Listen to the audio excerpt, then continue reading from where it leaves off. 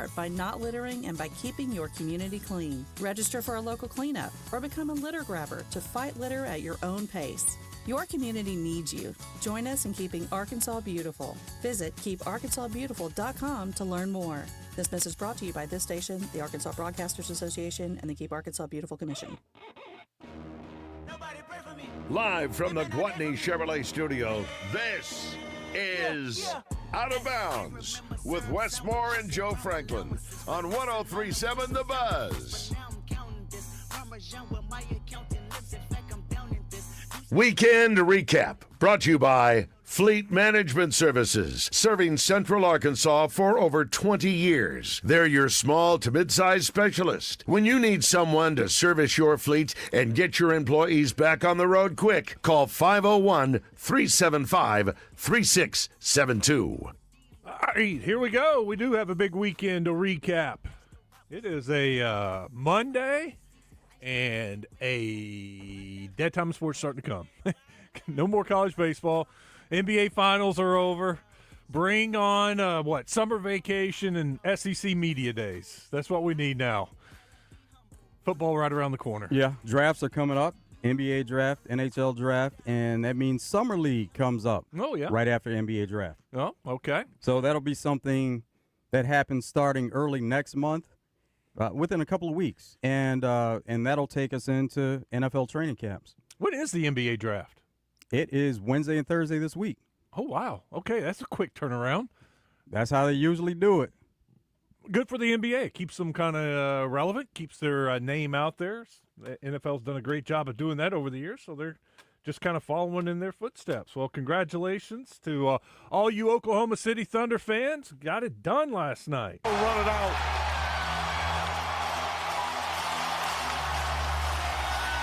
The Thunder have taken the NBA by storm. For the first time, the NBA champion resides in Oklahoma City. The storybook season is complete.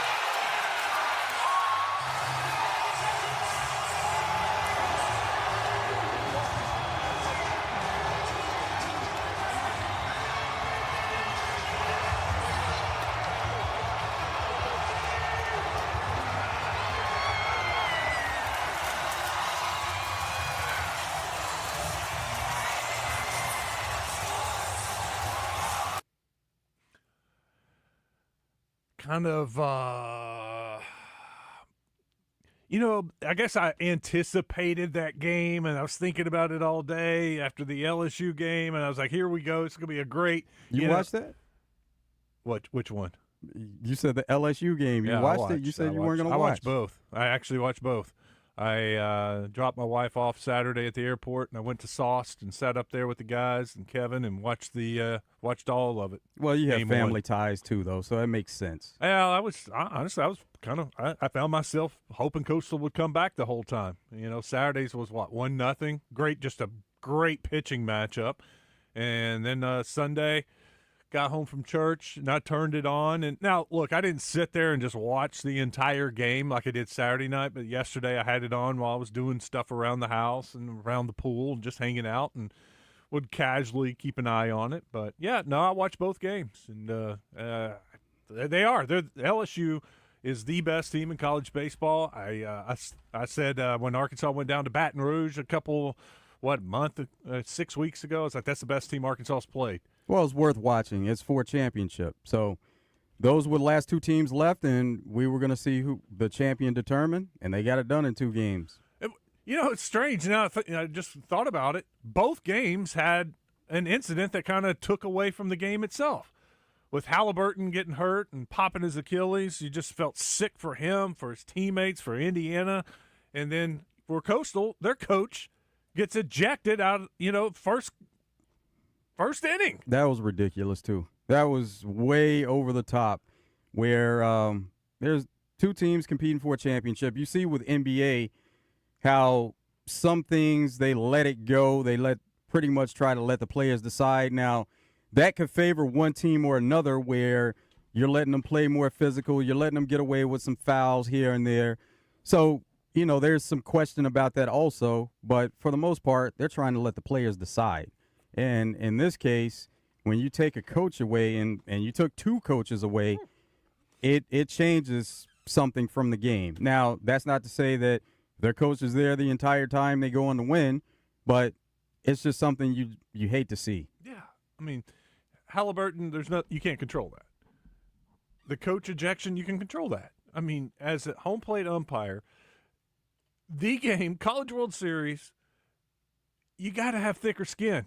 You got to give him a little grace. You got to give him some leeway. You know what? Turn around, walk away.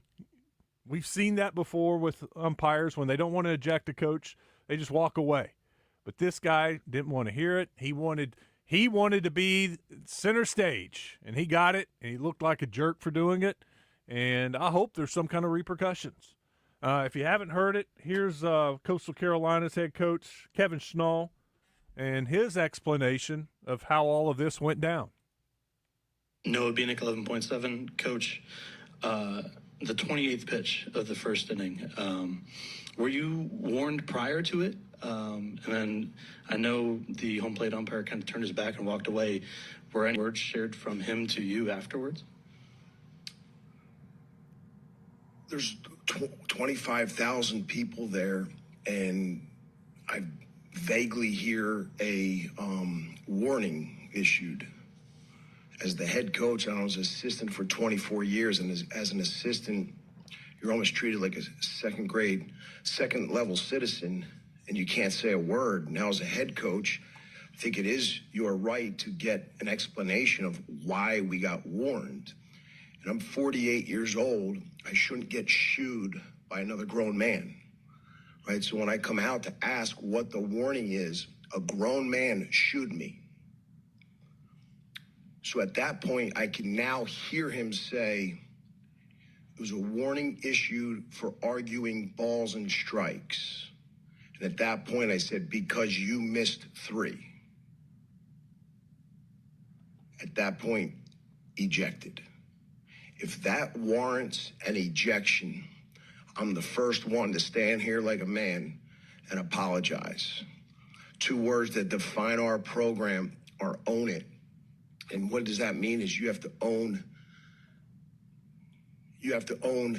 everything that you do without blame, without defending yourself, without excuses.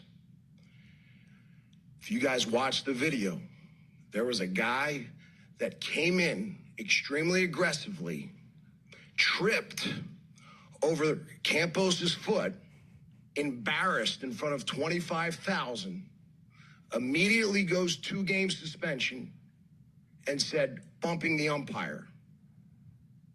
Immediately does that. There was no bump. He was embarrassed. I shouldn't be held accountable for a grown man's athleticism. They'll retract it, though, because now it's excessive. And the reason why it's excessive, because I was trying to say, I didn't bump him. It is what it is. But if that warranted an ejection, man, there'd be a lot of ejections. As an umpire, I feel like it's your job to manage the game, the national championship game, with some poise, some calmness, and a little bit of tolerance. Nailed it. Everything he said, exactly right. Poise. That was missing in that game. The moment was too big for the umpire. The moment was too big. Now, it's kind of hard to understand that there's one guy who seems to be head of the crew. Now, I know that, they kind of rotate with the umps, but the guy that's head of the crew, he never was behind home plate. Not that he never was, but of certain games during the College World Series, never saw that guy behind home plate. He was always, if there was a review, he was the face of that, and he was the guy that was making the calls and letting everybody know what was going on. But you would think that he would be a guy that could take charge in that situation. Well, he should. As the head of that crew, he should be the guy taking charge. But, yeah, unfortunate event there for Coastal Carolina. But hats off to LSU. Man, that pitching staff is good. But, they went into the College World Series with one of the lowest ERAs in the country. I don't have my sheet. I can't remember. I think they were 7, maybe. 7th best ERA in the country going into the College World Series. And Arkansas, I think they were 9th, and Arkansas was 1 spot behind them at 10. And pitching and defense, you see that got Coastal a long way, and it got LSU a long way, and it got Arkansas a long way. Let's face it, pitching and defense carried Arkansas a long way until the defense didn't in the 9th inning, and that was the end of the season. Speaking of Arkansas baseball, Kendall Diggs will join us at the bottom of the hour. Our final interview with Kendall, thanks to Stephen Elmore Shelter Insurance. Wanted to get him back on here one more time and just kind of wrap up the season, wish him luck, and just kind of find out what his plans are, what he wants to do now that his college career is over. 2:10, Kyle Sutherland will join us. We're going to talk a little bit more Razorback baseball with him, take a look at who he thinks could be back and who they can build their team around for next season. And Joe Klein's coming into the studio. Get to hear from Big Joe, talk a little NBA with him. So there you go. That's our lineup. We'll take some phone calls. Of course, D3 Auto Sales text line, 661-1037, 661-1037. And let's take some calls. We'll start with John Mark. He's in Benton. What's up, John Mark? Hey, good afternoon, guys. Looking forward to another good show as always. So talking about this umpire coach business, and let me preface a few things before we continue to talk about it out of fairness. So we were at the lake all weekend. I didn't watch the games because I was still a little bit sour that Arkansas wasn't in it. Yep. So I didn't watch anything. And another thing is I'm a high school and college football official, and so, take that what you will. So knowing I didn't watch it and knowing I'm a college football and high school official, all those things, let me ask you this, and just because I don't know, were these umpires, did they rotate through the College World Series? I mean, have they seen the Coastal coach before? I mean, have they interacted this series before? I think. Do you know the answer to that? I don't know the answer for sure, but I'm pretty sure they had. They were rotating throughout the College World Series and had worked other games. So I'm guessing, John Mark, that they had worked a previous Coastal game. Could be wrong, but I'm just guessing since they were there. They probably worked some other games, and chances are they had a Coastal game at some point. I figured that was the case. And the reason I ask is because this, and there are, I'm a fallible sinner just like the rest of us. And so, as an official, I know I make mistakes. Things happen, right? I'm human.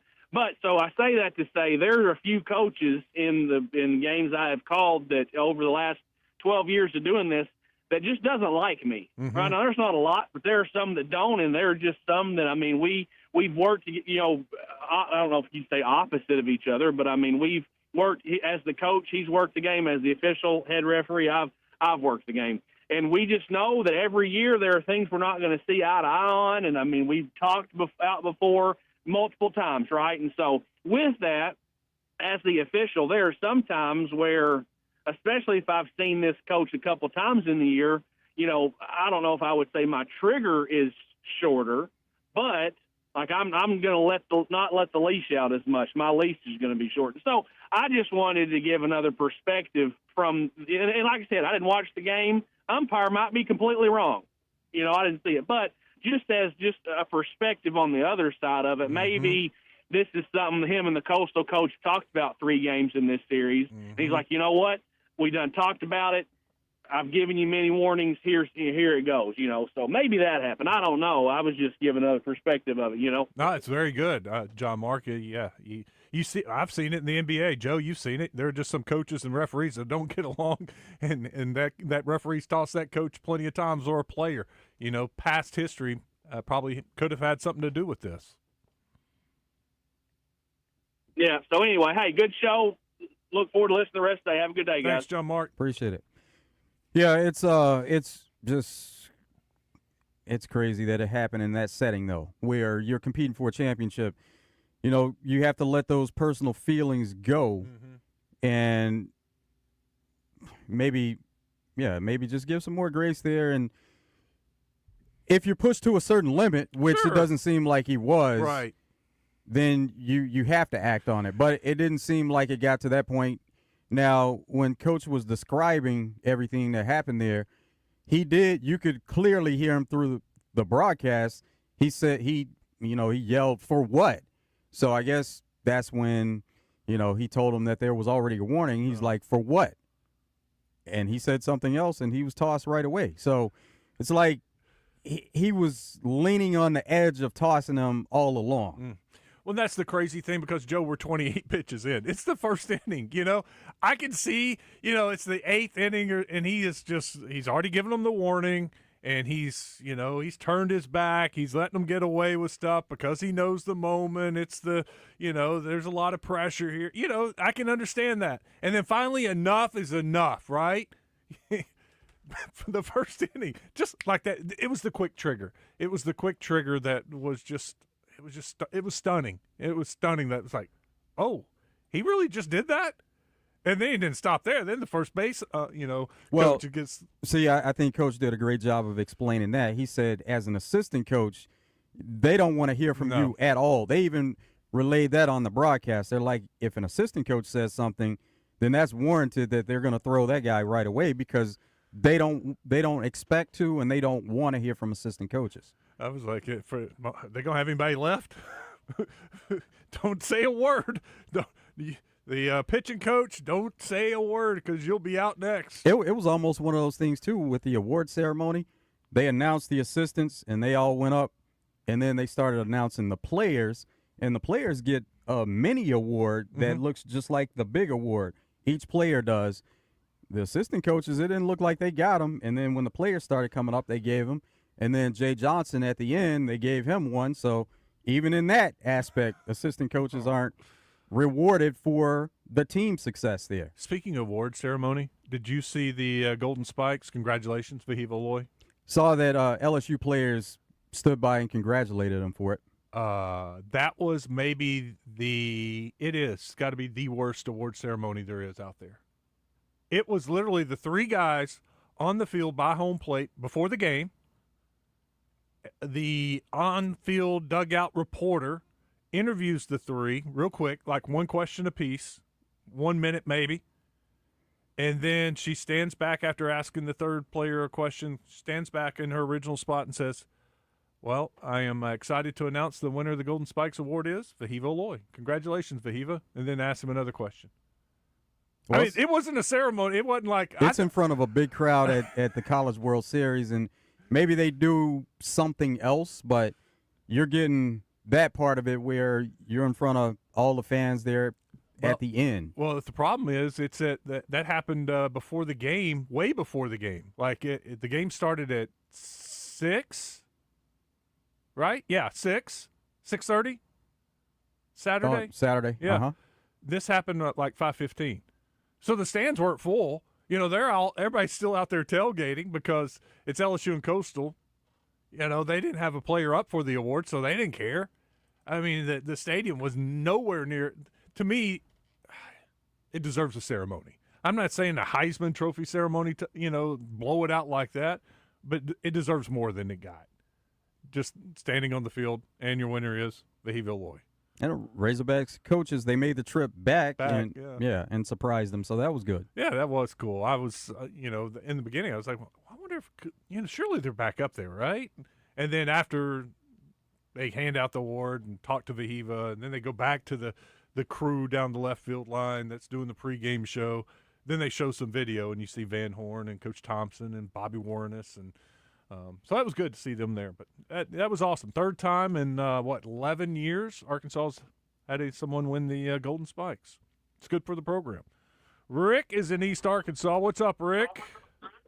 Hey, got shut off a couple of times last week, but the Hogs. I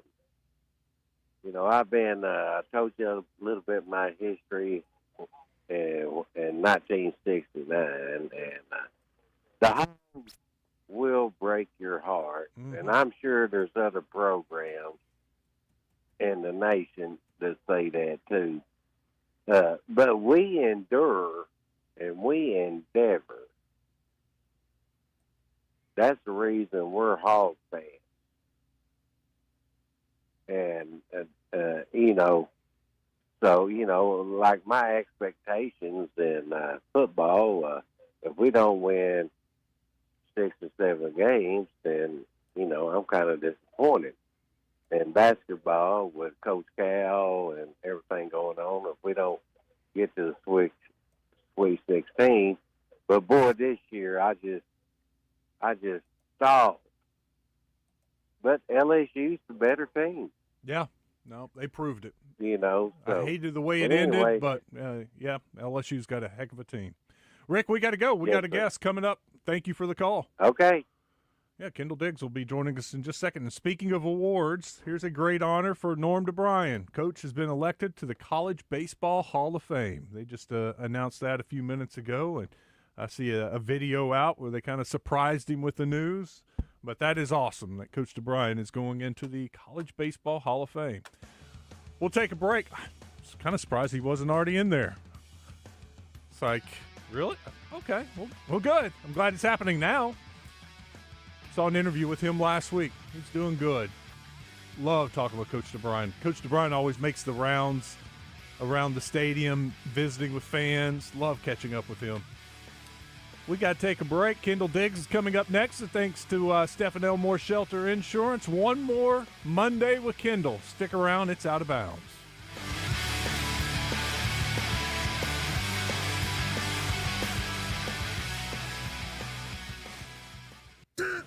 Are you still on the sidelines? Then it's time you suit up and get in the game. Download Arkansas's favorite sports wagering app, Bet Saracen, today.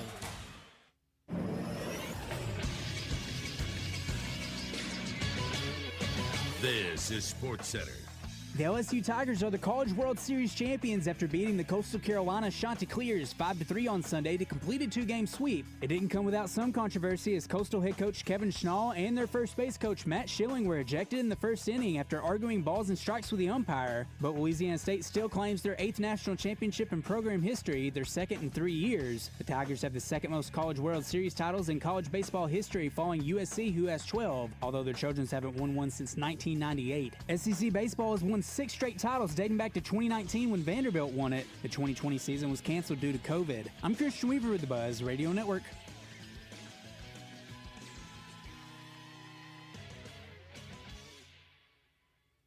Heartland Rehabilitation and Care Center in Benton proudly offers compassionate and loving care to our veterans, meeting the unique needs of every veteran who calls Heartland home. Visit heartlandrehabcenter.com. BKC Home Builders are the premier home builders, providing custom builds and remodels. No matter what size your dream is, BKC will walk you through all the phases, from house plans to landscaping, to make your custom home as beautiful as you imagine. The team at BKC will be with you through the entire process. If you're looking for commercial building or remodeling, BKC has your commercial needs covered as well. BKCHomebuilders.com or find them on Facebook. That's BKC Home Builders in Hot Springs. If you have a passion for adventure and unmatched quality, then head to Honda of North Little Rock for the best lineup of quality motorcycles, ATVs, and side-by-sides. They have Honda's best models and will find the perfect ride just for you. That's Honda of North Little Rock, your family fun headquarters. Get ready, Arkansas! Amplify Fest is coming back August 8th and 9th in Benton. Don't miss an unforgettable weekend with live performances by Matthew West and Switchfoot, along with Lecrae and Maverick City Music. You'll also hear an uplifting message of hope from Nick Holmes. Performances by Charity Gale, Terrian, Gio, Jamie McDonald, plus America's Got Talent winner, illusionist Dustin Tavella. Fun for the whole family with an expanded kids zone and great food. Reserve your free tickets now at AmplifyFest.org. Listen to Out of Bounds every day to hear about what's trending on social media and whether listeners agree or disagree. Engaging conversations about engaging topics. Sponsored by Arkansas-based West Rock Coffee. Join West Rock and their 1.5 million coffee farmers around the globe as they fuel Arkansans with great tasting coffee, tea, and water delivered directly to your business. Contact them at westrockcoffee.com or 833-886-JAVA. That's 833-886-5282. Call today. Out of Bounds, live from the Gwatney Chevrolet studio.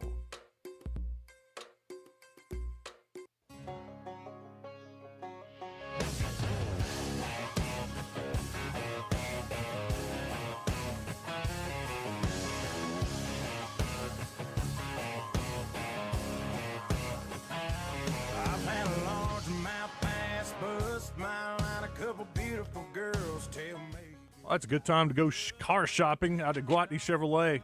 especially if you're in the market for a truck. Silverado right now, 0.9% financing, and you get the rebate.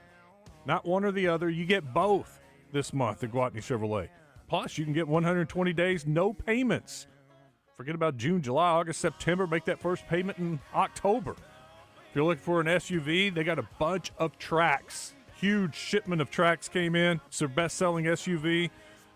Starts as low as $21,900. Great selection of quality used vehicles right now, too.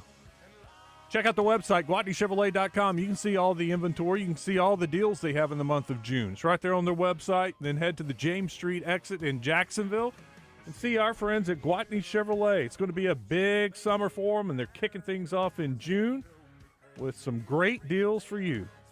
Check it out, Gwatney Chevrolet. Diggs swings and belts it high in the air to deep right field against the wind, and that ball's out of here. Kendall Diggs crushed that ball. Kendall Diggs is brought to you by Stephen Elmore with Shelter Insurance. For auto, home, life, or business insurance, see Shelter Agent Stephen Elmore or give him a call at 501-537-0959. All right, let's bring him in. Kendall, what's going on, man? How are you? I'm doing well. How are y'all doing? Pretty good. I tell you what, I'm doing a little better every day, and I'm just a guy who covers the team and a fan of some of the players like you on the team. How are you? I mean, is it just a little better every day? Yeah, I'd say probably in a similar spot to like you said you're feeling, or a lot of the fans or people that follow us.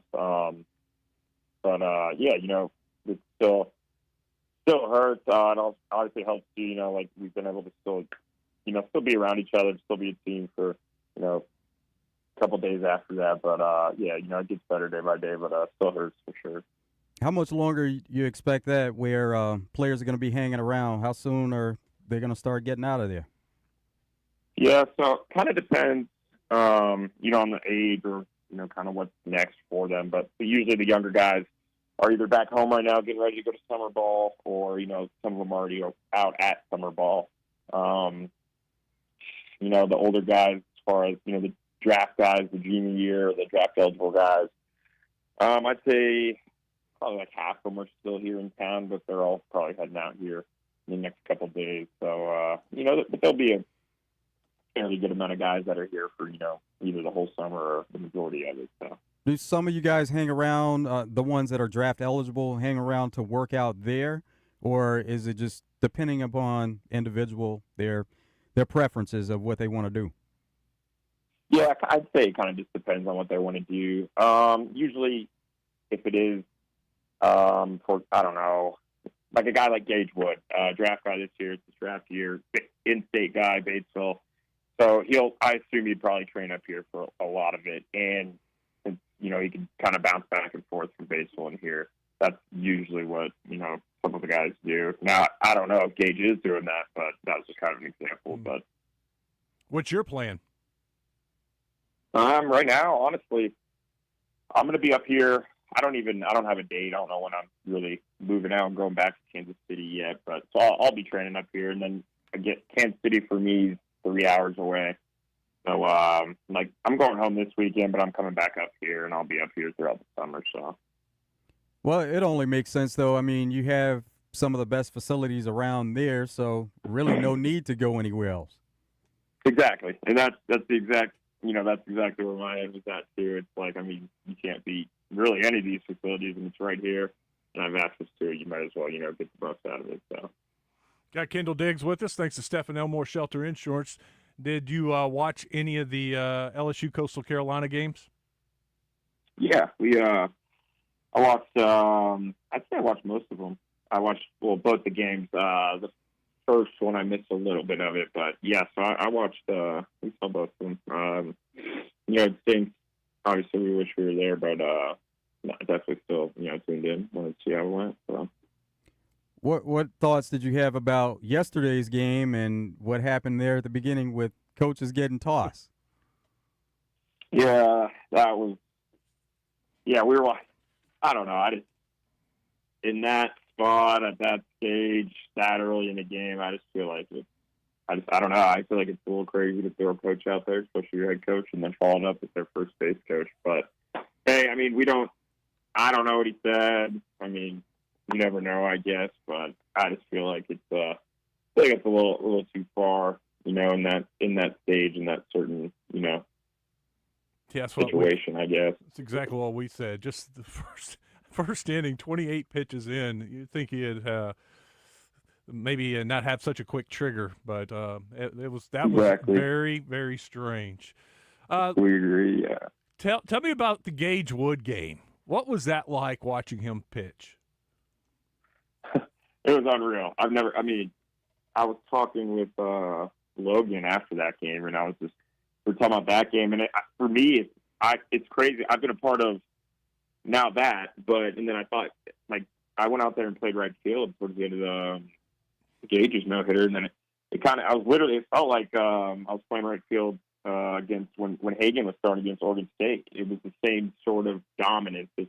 You know what I mean? Like, I'm really just, you're out here and you're just watching them go to work. I mean, they got it all working. So, no, I mean, it was super cool to be a part of. Gage is, we've always known he's got unbelievable stuff. He's an unreal arm. So it's just, I don't know, it's super cool to see him go out there and just, really show it. And, we needed it right when we needed the most. So. In a game like that, when you see a pitcher that's on, everything's working, you're playing defense behind him. Now, of course, you're trying to go hard all the time, but it seems like in a game like that, players seem to get a little extra boost defensive-wise when they see that a pitcher has gone that deep into the game and there's a chance for a no-hitter or a perfect game or whatever they have going at the time. No, yeah, for sure. And, especially in my case, coming as a defensive replacement. That's already, that's my one job is go in there, make a play, catch the ball. But, man, I was ready to lay it all out there, no matter foul line, stand, or wherever. I was very, very tuned in for it, and I was happy to be out there too. But he didn't really need all that much help, but we're ready for sure. Kendall, sorry, I guess I never even looked. Did you come in the as a defensive replacement in the last game? Did you in the final game? Is that yes? Yes. No, I did not. Not in the last game, no. Yeah, there was a kind of a pattern. If Maxwell got on, you'd pinch run and then stay in and play, late in the game as a defensive replacement. And so I didn't even ever look and see if you were out there in right field when all that happened. So, yeah. So that was the case a lot of times, but not in that last game, no. Max stayed out there. Could you believe what was going on in the ninth inning? Was it hard to fathom what you were watching? I'd say yes.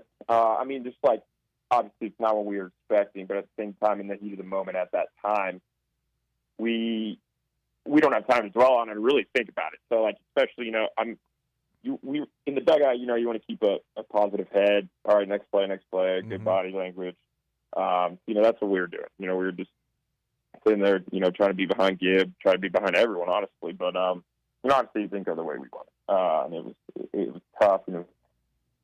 It was awful to watch. Being out there probably wasn't fun either. But, man, it's the game of baseball. It was tough for sure. But, no, and the dugout, it's really one of those things where we're just trying to keep a positive head and move on to the next one. We're not out of it. And so that's really all we're doing. Justin Thomas Jr., who gave you the lead there, ninth inning, he had an outstanding series, made the all-tournament team. Gage Wood pitching the no-hitter, made the all-tournament team. So with those guys and the way they played and just seeing how they were honored there, it's great to see that, you don't win as a team in the end, but those were a couple of guys that really played well to get the team in a position where the team was playing well. Yeah, no, for sure. And, we already touched on Gage. Obviously, that was historical. Absolutely incredible. But, yeah, JT, shoot, it felt like the dude had a million hits while we were up there in Omaha. It was unbelievable. But, no, he's just been nothing but consistent all year, but really stepped it up. In the postseason, especially in Omaha, so that was cool to see, man. But no, those two definitely, were huge catalysts for us throughout that whole week. And Vahiva won the Golden Spikes Saturday. That was pretty cool. Did you have a good feel for that? Did you think he was going to win? Yeah, I did. Obviously I'm a little bit biased, but I kind of not only assumed so, but I was pretty firm on I feel like he 100% deserved it, and that's not a knock on Doyle or Lodice, but I mean he was unbelievable, and I think he did earn that and deserved it. So it was super cool to see him receive that award. Kendall, when you look back on the season as a whole, what are some of the things that stand out to you just kind of throughout the entire season? There's a lot. If you look at it, I'd say the biggest, takeaways for me, I come back from my senior year, handling business in our own regional and then a super regional and get back to Omaha. Those three, whether you want to look at it as, postseason or three separate accomplishments, because that's really how you have to look at it. It's so hard to, advance and win those games. So I just feel like that was, a goal of not only mine, but everyone in our program. And, we succeeded in that. So I'll, forever be proud of that. And obviously didn't end the way we wanted to. But with those three things and, the relationships, teammates that I've got to meet and be around for a whole another year was, was all a blessing. So. Yeah, I wonder, because we've talked before and you told us about the decision to come back. Was it all worth it? Yeah, 100%. Now, granted, it obviously it didn't go how I thought, but it never does. And that's, but yeah, I'd still say it was all worth it 100%. The things I just mentioned there, but at the same time, I trust God's timing. And, it was different. It was different than, the past years when I was here. But at the same time, that's baseball and that's how it goes. It's not always going to be rainbow and butterflies. So, really just, growing in other areas, whether I was in there or not, and just being able to be a part of it, it was definitely worth it. Last offseason, you had surgery, and then you came into the season healthy. So just a year later, how are you feeling overall? Good.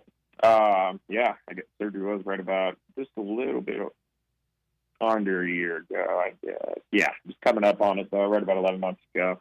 I feel good. I feel great, physically, mentally. As far as the arm and everything, I feel, really good. Right now, I'm just going to be, kind of working into that off-season training mode, so we'll be lifting a little bit more, but, just stay training up here and, just keep working, man, so. What's the biggest challenge for Nolan Souza? I know you've talked to him, but what's he facing? Yes, I've been talking with Suze, and he's doing awesome. He was, even now, he's walking around, you can't even, just by the look at it, you want to be able to tell, like, oh, he just had surgery, in his labrum, and maybe it wasn't just had it, but even not that long after, he's moving around pretty well. Suze is in the best way possible. He's kind of like a freak of a human, he's 6'3", doesn't have any fat on his body, he's just freaking huge. So he's doing good. I think the biggest thing for him coming back is just getting those consistent reps and just getting all that back, your timing, the muscle memory. His swing's going to be fine. The swing's there. It's always been there. And then even if he wants to make some tweaks with the swing coming back to it, but the main thing is just getting those reps and, not necessarily getting back into rhythm, but just, getting back in a little bit of groove, get your timing back, all that kind of stuff. And then it'll come back to him that way. So I don't think he'll have anything necessarily to really worry about just because of the kind of work ethic he has.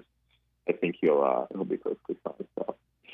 As far as getting ready for the draft, are there workouts for teams? Are there individual workouts, or are those things that you're still waiting to hear what the next steps are?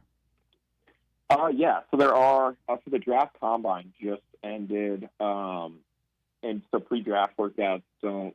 I'm pretty sure they don't start till after the combine concluded. So those will probably be kicking up right around now. I'd assume, especially with those draft guys, or even guys, let's say that have been in the conversation for top 3 rounds, and maybe now they're slipping a little bit. They can maybe go to a pre-draft workout or something like that, and sneak back up there. But like in my case, I was, fourth year senior here.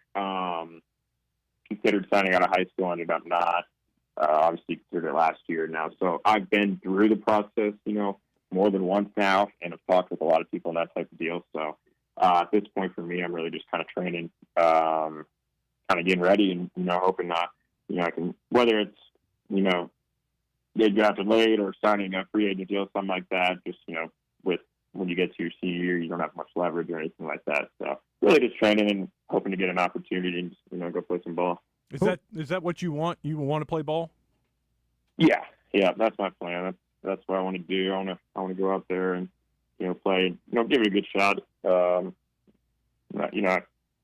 feel good too. Feel like I'm in a good spot and feel like I can. So, do you know what the process is to get an invite to the draft combine? Because players that are still playing at this time of the year, they're the ones that are missing out on it. Yeah, that's right. So I went to the combine twice. I went my draft year in high school in 21. It was the first ever draft combine. It was in Cary, North Carolina. And then last year we went, my roommate was Stovall, and then you had Molina, Hudson White, Tiger, and there might have been a couple others. But there's a lot of guys. But yes, we were there last year in Arizona too. But yeah, like you said, some of the guys that are still playing, they don't get to do that. And a lot of times those guys aren't performing or hitting BP or throwing at the combine. It's just they're having meetings with the team. So if the combine is still going on, when they get eliminated, they'll fly down to Arizona. If not, they can do it over Zoom. They can fly in and meet them.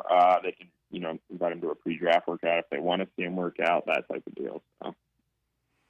Since the season's been over, I've been asked on the show and text and calls. Everybody wants to know about next year and what they got coming back. What do you think? How's this team, the foundation, look for next year?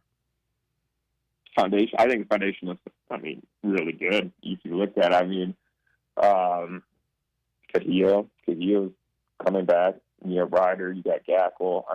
You can go around the board and there's going to be unbelievable talent coming back, but at the same time, with the portal, and Skip's going to go out there and get unbelievable talent through the portal as well. So, obviously they've built some really, really good rosters over these past couple of years, and I don't think they're not close to stopping. I think they're just going to keep building on it. So, well, Kendall, it's been a pleasure, man. I've enjoyed the years talking with you on the radio, and we wish you nothing but the best of luck. And look, I'm going to keep your number, so when you start tearing it up again, we're going to be harassing you. I appreciate that. I do. Seriously. God bless you. I appreciate it. Thanks, Kendall. Take care and good luck. Thank you. Kendall Diggs. Thanks to Stephen Elmore Shelter Insurance. We got to take a break. Ran a little long, but it was good. We'll finish up the first hour when we come back. Stick around. It's Out of Bounds.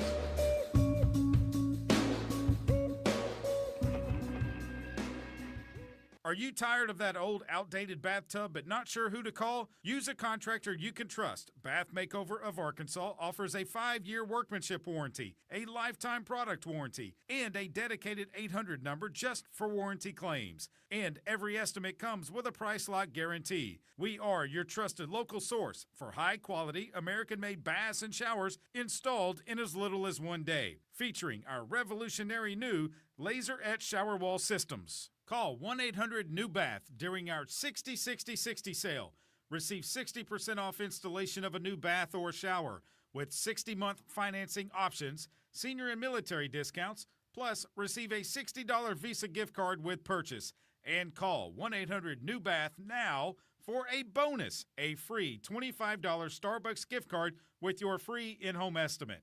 Call 1-800-NEW-BATH. That's 1-800-NEWBATH.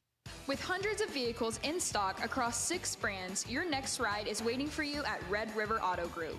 We know that the road ahead is important. Whether it's your daily drive or your next big adventure, the right vehicle makes all the difference.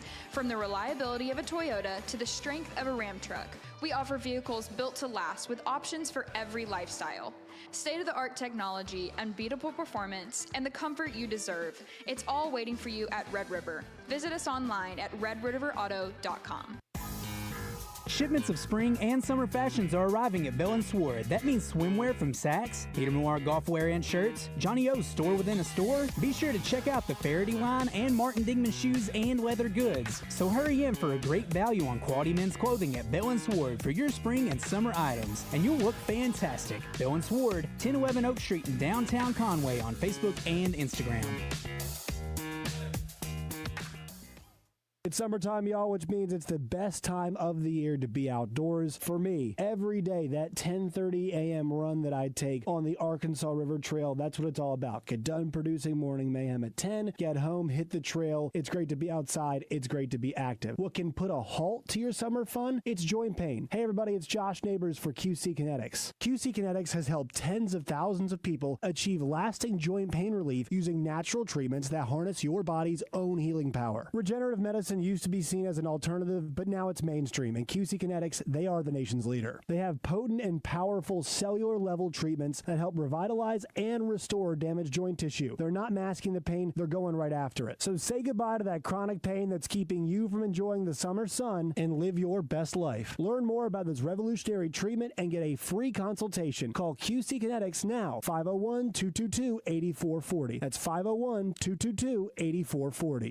This is Chris Roberts with Southern Bank. We see people seizing opportunities, building communities, and achieving their dreams right in their hometowns. That's why we provide services, resources, and tools that help you accomplish what you want, where you want. Whether you're starting out, starting over, or starting something new, we have account options designed to work for you and your goals. At Southern Bank, we know where you're coming from because we're from here too. To start your relationship with Southern Bank, visit one of our local branches or online at bankwithsouthern.com. Member FDIC.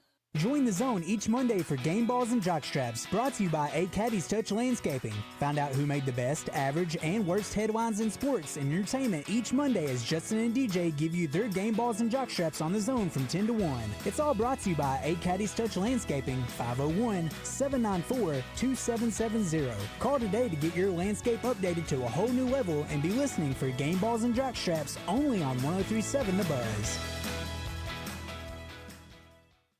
Out of Bounds on 103.7 The Buzz. Live from the Gwatney Chevrolet studio.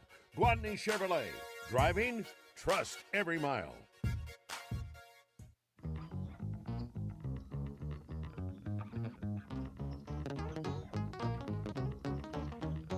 All right, here we go. 661-1037 if you want to jump in here. Check out the text line also. D3 Auto Sales text line. Oh, yeah, we got some stuff coming in. How about Mike? Southwest Little Rock says the Major League Baseball draft is July 13th and 14th, so that's right around the corner. NBA draft and MLB draft. There are going to be a lot of Razorbacks taken in the MLB draft. Got a couple of weeks, though. Got a couple of weeks until – so they have some time to put those finishing touches on it and get ready. Mike says that was because LSU and Arkansas was pulling the same side of the bracket. Thanks, NCAA, because we – that's just the way it ended up. It just, that, and I saw this made earlier today too. Last team to beat LSU, Little Rock Trojans. Not only last team to beat them, but they had them down 5-1 in the deciding game of that regional. That's how close they were to being eliminated, but they get through it and then they go on a run. They went undefeated through College World Series. Yeah, 5-0. That's right. Still stings. Gosh. Poise for the head coach. Tolerance by the head coach. Head coach was the problem, not the ump, says 501. Look, you can't argue balls and strikes. That's the rule now. And you get written up. And you got written up for it. But if truly, and look, all we have is the one side, and you can hear it through the mics. That's it. All he said was, well, that's because you already missed 3 pitches. That really isn't arguing balls and strikes. He just made kind of a smart aleck comment. Well, making his opinion known. Mm-hmm. Just seems to be not that harsh of a thing to be thrown out in that moment. Ron, what do you got going, Ron? Refs and umpires are like politicians. Rough sauce. Zach in Palestine. Zach says if they would have kept it up, with the short fuse, Coastal's nutritionalist was on deck to be the head coach. They were getting down there in the pecking order.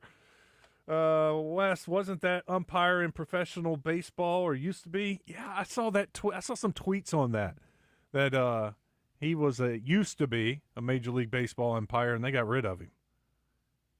Kind of relegated down, and started working college baseball. But he wasn't known as a very good home plate umpire in baseball, Major League Baseball, and was also known to have a short fuse with the managers in Major League Baseball. Saw some talk of that over the weekend, or I guess soon after, he tossed the head coach. There was a lot of people taking to social media to kind of give the history of Angel? Is his name Angel? I didn't catch his name, but I mean, he is who he is. Then hadn't changed at all. Yeah, and as a head coach, I guess you got to know too who you're dealing with. Also, he's got a short fuse and could be have a quick trigger. Bert says, "Do we think Gage Wood will be back next season?" No. That's on the Whit Davis Lumber Plus live fan feedback. Gage Wood will not be back. I was going to look, and we had a little curveball thrown our way. Matt Jones is going to join us at 2:10. Normally he joins us on Mondays. I didn't think Matt was available, but he is available. Kyle Sutherland is going to join us tomorrow. So just to let everybody know, I tweeted it and had promoted it, but just got exchanging text with Matt, and he's going to come on in our next segment after our Razor Hog update. Somebody was asking me, and I said a lot will be drafted.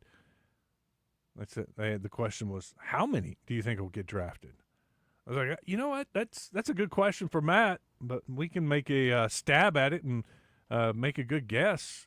But, I mean, you're going to have probably 5 pitchers drafted, maybe a 6, depending on Aiden Jimenez.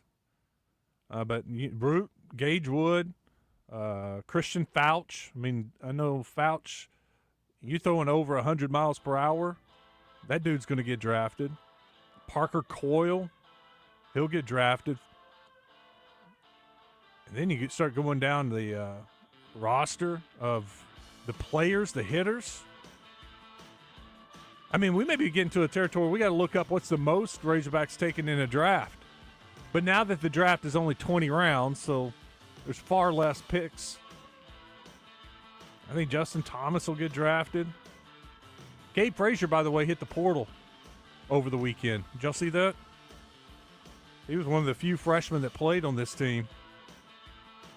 He's from California. I didn't know that he was good friends with Curiel, LSU's left fielder. They played at the same high school, won a championship together. These guys are connected through and through because they've been playing the game for a long time at a high level. I'll ask Matt. Can't forget, how many get drafted? In Cabot has all kinds of flooring, tile, vinyl, hardwood, waterproof wood, and laminate. Their price will not be beat. Create a beautiful new bathroom with bathtubs, vanities, faucets, fixtures, and toilets. Tile for showers. New specials always coming and going, but always great wholesale pricing. 2011 North 2nd Street in Cabot. Go see the Flooring King Don Grisham himself. They're now open on Saturdays, 8 to noon. Ever feel like the road is out to... Thankfully, Hyundai is always working to ensure it doesn't, with over 130 IIHS Top Safety Awards since 2006. IIHS Top Safety Awards include Top Safety Pick and Top Safety Pick Plus awards to Hyundai vehicles from 2006 to 2025. Lease the Hyundai Tucson for $289 per month or get 2.99% APR for 48 months. See your local Hyundai dealer today. Offers end July 7th. Call 469-405-7740 for details. The Red White Report is brought to you daily on The Zone by Ortho Now, your walk-in solution for orthopedic care at the Orthopedic and Spine Hospital at UAMS Health. Razorback football, basketball, and baseball right here on your home of the Hogs. 103.7 The Buzz, KABZ Little Rock. Buzz News with KARK's Claire Kreitz. It's been 1 year since a mass shooting in a Fordyce grocery store. 4 people were killed, 10 others were hurt, including 2 police officers. People in Fordyce held a balloon release on the anniversary of the shooting, honoring the lives that were lost. The mother of one of the victims also created a scholarship in honor of her daughter and another victim. You can donate to the Callie Weems and Roy Sturgis Scholarship by mail. Donations can be sent to P.O. Box 170 in Kingsland. The zip code is 71652. Saline County will host a town hall today to discuss concerns with animal control. The meeting comes after 2 recent dog attacks. One, a 15-year-old girl was killed by a pack of dogs, and another where 2 dogs escaped from their yard and attacked a woman. The town hall is set for 6 tonight at Butler Auditorium on the Benton High School campus. Officials will discuss the state of animal control in unincorporated areas of Saline County. This is Claire Kreitz for the Buzz Radio Network.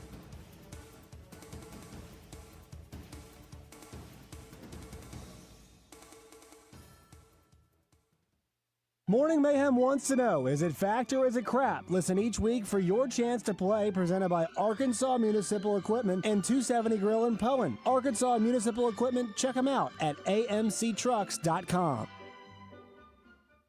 Weather from the Fletcher Weather Center with KARK's Pat Walker. Mostly sunny, hot, and humid today with a high of 95 in Little Rock. The heat index could get around 105, so a heat advisory will be in effect through the afternoon hours. Plus, a 20% chance of a shower or thunderstorm late afternoon and early evening. For the Buzz Radio Network, I'm meteorologist Pat Walker. Benihana Happy Hour Specials, $3, $6, $9. Sushi, food, and cocktails. Available 5 to 6 p.m. Monday through Friday at Benihana Bar. Tune in every Friday morning to hear Danny West from hogsports.com on Morning Mayhem. Brought to you by HJ Trailer Sales. They've got truck beds and utility trailers for every type of job and a service facility for maintenance and repair. Local folks with great products. Visit them online at hjtrailersales.com or in person at 808 Albert Pike in Hot Springs. Legal problems? Hire Lion Legal. Don't mistake reasonableness for weakness. Lion Legal, tougher than a rhino's hide. For exceptional communication and exceptional results, hire Lion Legal to come roaring to the rescue. At Ortho Arkansas, sports medicine isn't just for athletes. It's for anyone who wants to stay active and pain-free. Shoulder pain from your glory days, knee pain from chasing grandkids, they treat it all. And if you need care fast, skip the ER, visit their orthopedic urgent care. No appointment needed, just expert care for breaks, sprains, and everyday pains. Get back to doing what you love with Ortho Arkansas by your side. Learn more at orthoarkansas.com. When you golf in Missouri, the courses are so close you'll spend more time on the fairway than the freeway. After the back nine, enjoy world-class dining and distilleries, shops and spas, museums, and more. Find your new golf MO at visitmo.com. Rainy days are great, unless your gutters can't keep up. Don't let clogged, leaky, or missing gutters cause damage to your home. Talk to the folks at Whit Davis Lumber Plus. Not only do they sell gutters, they install them as well. Seamless custom-fit gutters that are built to last and keep the water where it belongs, away from your home. Call Whit Davis today for a free estimate and let the Plus be the service you can count on. Hey, it's Randy Rainwater from Drive Time Sports. Rick Schaefer and I hope you've had a great weekend. We'll be back Monday to wrap up a busy sports weekend. Neil Atkinson from Bet Saracen, hogsports.com's Trey Biddy, thanks to Chris Crane, Hyundai and Genesis of Conway, and the shooter, Patrick Bradley, thanks to Bet Saracen. See you Monday on 103.7 The Buzz. An ESPN Radio Extra Point with Andre Snellings. Kevin Durant, as he's moved around the NBA through the years, I've always felt like teams kind of maybe miscast him a little bit as being like the foundation piece and kind of like he was a LeBron moving around. But he's a perfect finishing piece, especially for this Rocket squad. They were the number 2 seed last season. In the playoffs, what they absolutely needed was an ISO scorer that could score at a high level consistently. And Kevin Durant is maybe the best of all time at that. So you alluded to how the Rockets are kind of following the Thunder blueprint. I would say the whole state of Texas is, right? The Rockets just got better. The Mavs are about to add Cooper Flagg on Wednesday. The Spurs have the number 3 pick on Wednesday, and they've already got this squad with Wemby and Fox and Rookie of the Year Stephon Castle. So earlier you asked about the Thunder being a dynasty. Maybe the biggest impediment to that is that you've got all of these other teams that are stepping up, including the Rockets with Kevin Durant. There's nothing like when you get that part from eBay and it just fits. Yeah, the first time. So you can do less of this and get right back to more of this. At eBay, you'll find all the parts you need, guaranteed to fit, at prices you'll love. Sounds good, doesn't it? eBay. Things people love. Eligible items only. Exclusions apply. Need assistance with door and window projects? The Home Depot can help. From inspiration and materials to ordering and installation, our free Millwork virtual apron service can get you moving and doing. Plus, we speak Spanish too. Our associates can help you tackle complex jobs without you leaving the job site, saving you time and money. Call us at 1-833-HD-APRON or visit homedepot.com/MBA. The Home Depot, how doers get more done. Live from the Gwatney Chevrolet Studios, this is Out of Bounds with Joe Franklin and Wes Moore on 103.7 The Buzz.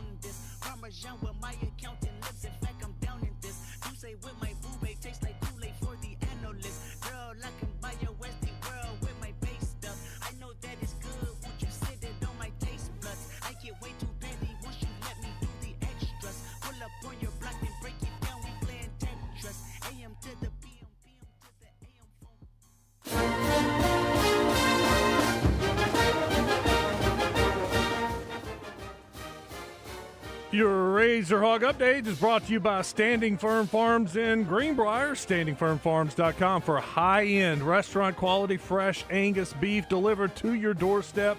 StandingFirmFarms.com. Grilled up some fajitas last night from Standing Firm Farm. Man, that meat was good. I think I surprised everybody with how good the fajitas were, including myself. Any good cook will tell you it's not about you, it's about the meat. And when you got great meat, it's hard to screw it up. Standing Firm Farms. Hey, real quick, we'll keep the Razor Hog Update short because there's not a whole lot. You got Vahiva Aloy winning the Golden Spikes. And Coach Norm DeBryan headed into the College Baseball Hall of Fame. Just the second Razorback to go into the College Baseball Hall of Fame. Surprised me when I heard that. Matt Jones joins us, WholeHogSports.com, Arkansas Democrat Gazette. Matt, what's going on? How are you? Hey, guys. I'm doing well. How are you? I'm getting better, just a little better each day, but still difficult, especially then when somebody wants to call in and relive the ninth inning. It's tough.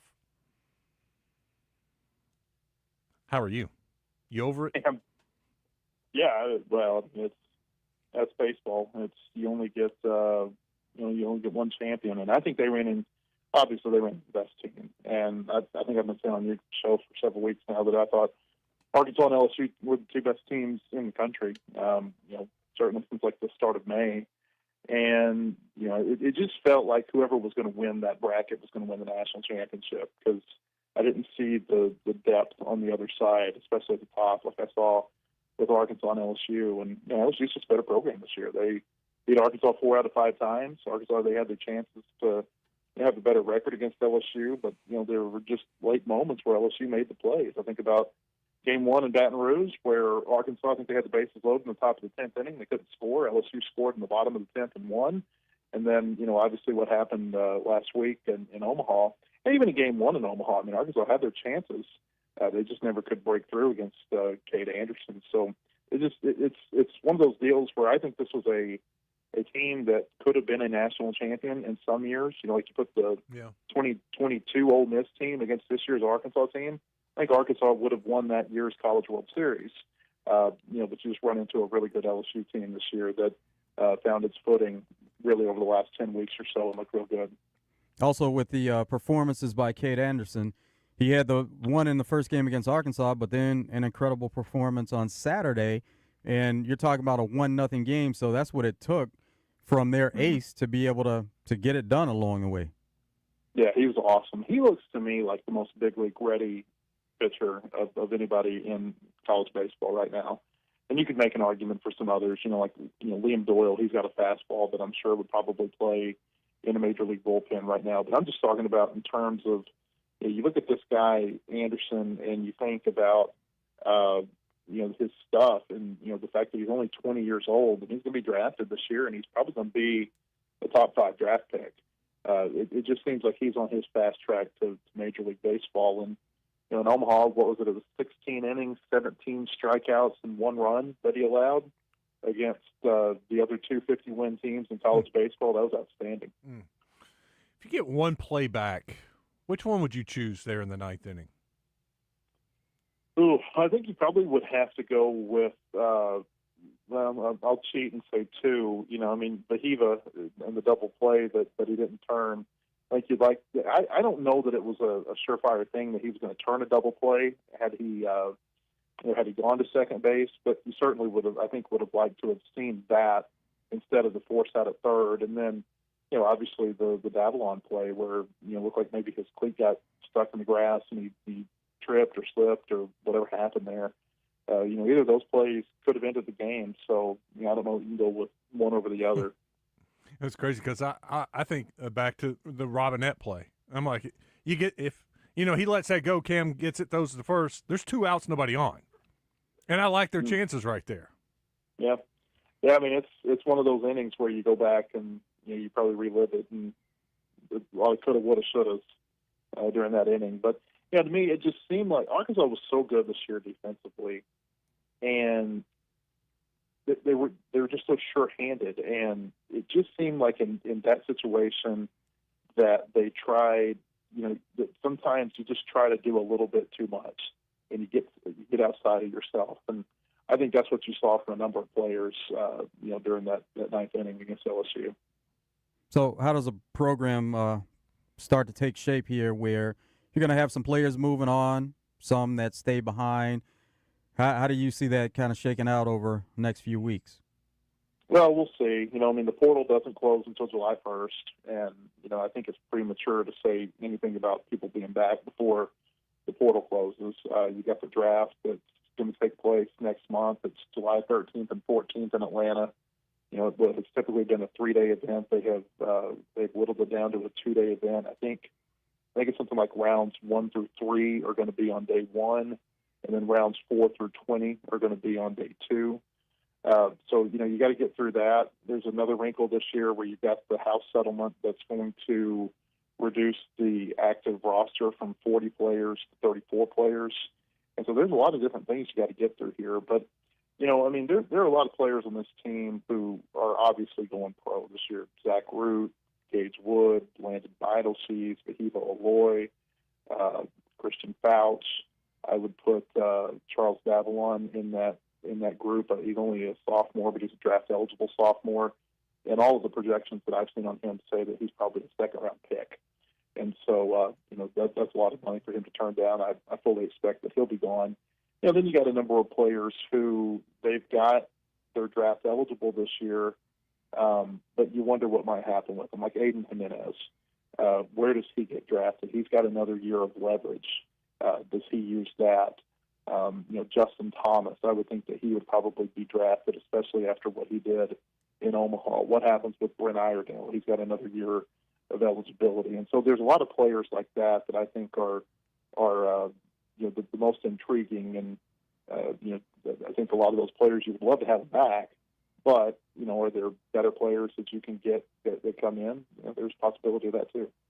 So, Matt, you just named 9 players there. So that starts the possibility there of this roster looking completely different.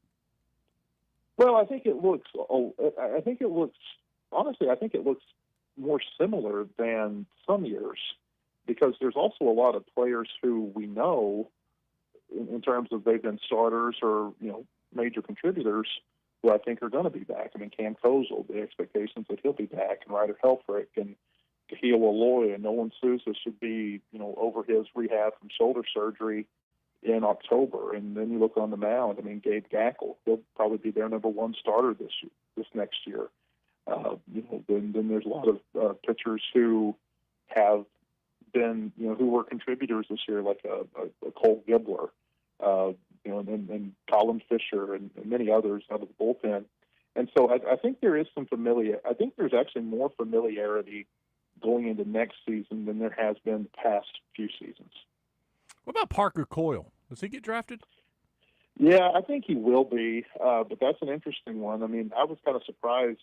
I like Baseball America's rankings, their top 500, and I was a little bit surprised that he was not in the top 500. And I think maybe there's some oversight there because he missed so many weeks in the middle of the season. But I would have to believe that some scout from some organization loved what they saw from him whenever he got into the games this year and pitched. I mean, we saw him throw an immaculate inning. We saw him pitch in leverage situations real well. And so, this is his last year of draft leverage.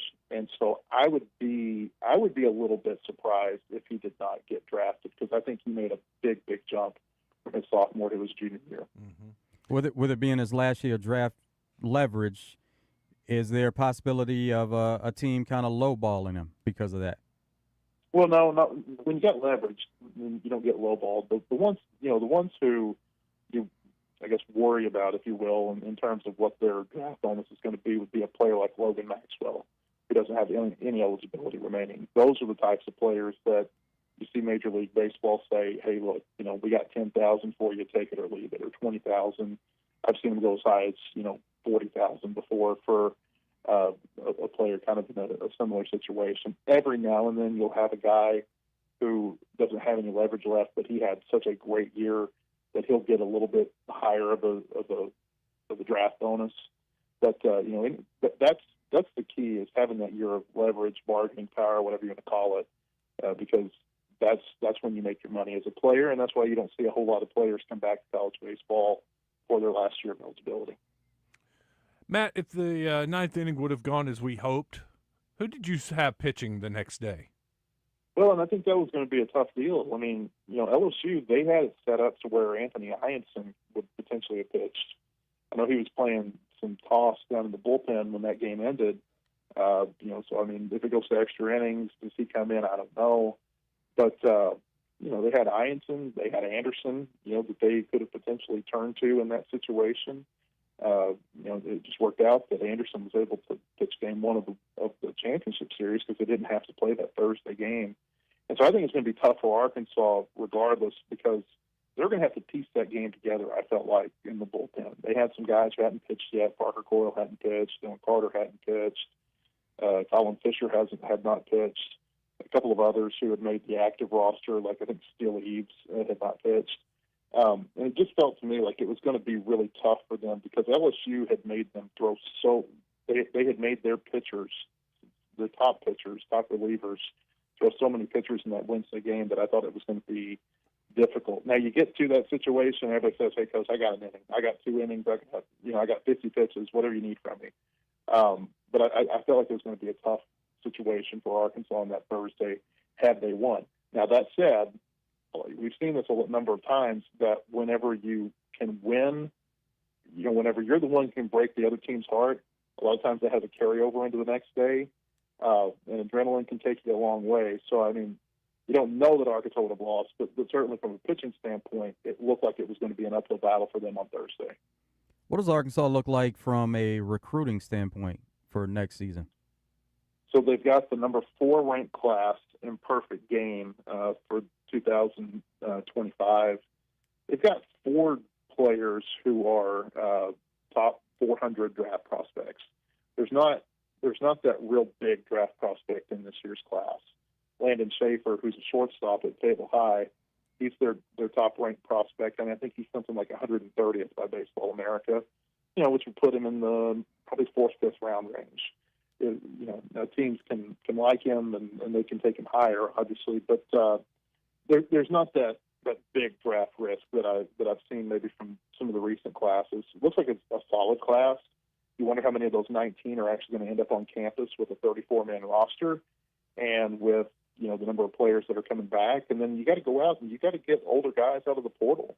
They got Jackson Wells from Little Rock. They got Ethan McElvain from Vanderbilt, a left-handed pitcher. And I suspect there are going to be, another handful or so of players out of the portal that end up at Arkansas next year. I talked to Nate Thompson while we were up in Omaha about, kind of what's the portal plan this year. And, he said some years you're looking for quantity in the portal. And we've seen that in the last couple of years from Arkansas, where they've gone out and they got a ton of players out of the portal. He said, and then there are years where it's not so much about quantity as it is about quality. And it feels like this year, with the number of players that they've got coming in, whether it be the high school class or players that they're returning, this year it feels more about quality. And so, I couldn't tell you exactly what they're looking for in the portal, but there are some positions, what do they do about shortstop? What do they do about center field? What do they do about left field? Those would be some of the positions I would think that they would be looking to see if the right fit is there in the portal. Where does Cam Kozel play next year? Yeah, that's a good question. I'd say it's too early to say. We know he can play first base. He's not your prototypical first baseman, but we know he can play it. He can play second base. He's not as rangy as some of the other second basemen that we've seen. And then there's the thought that he could play catcher. I mean, we've heard a lot of people talk about that this year, that they would like to see how he does behind the plate. It seems like he's got some of those qualities in terms of low to the ground, the way his hips move, that you want to see in a catcher. Arkansas had some success in the past, and I'm talking about the distant past, Norm DeBryan years of converting guys like Jim Kramers or Tom Pagnozzi into a catcher once they got to campus. And so there is that blueprint for that, and it would probably help him from a draft perspective next year too, if he has the ability to play catcher. Doesn't mean he's going to be the starting catcher, because Ryder Helfrich's going to be back next year. But, is he your backup? Is he serviceable enough to become your backup catcher?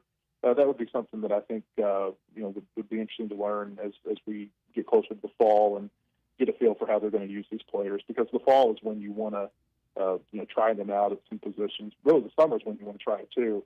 But the summer and the fall, that's when you want to try that out and see whether or not it would work. You mentioned possibly looking into the portal for shortstop.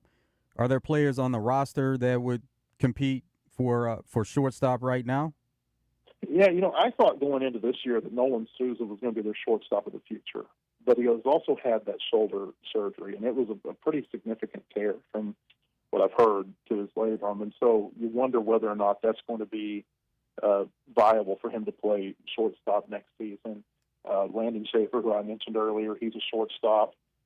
Maybe he comes in and he wows and he can get on the field as a freshman.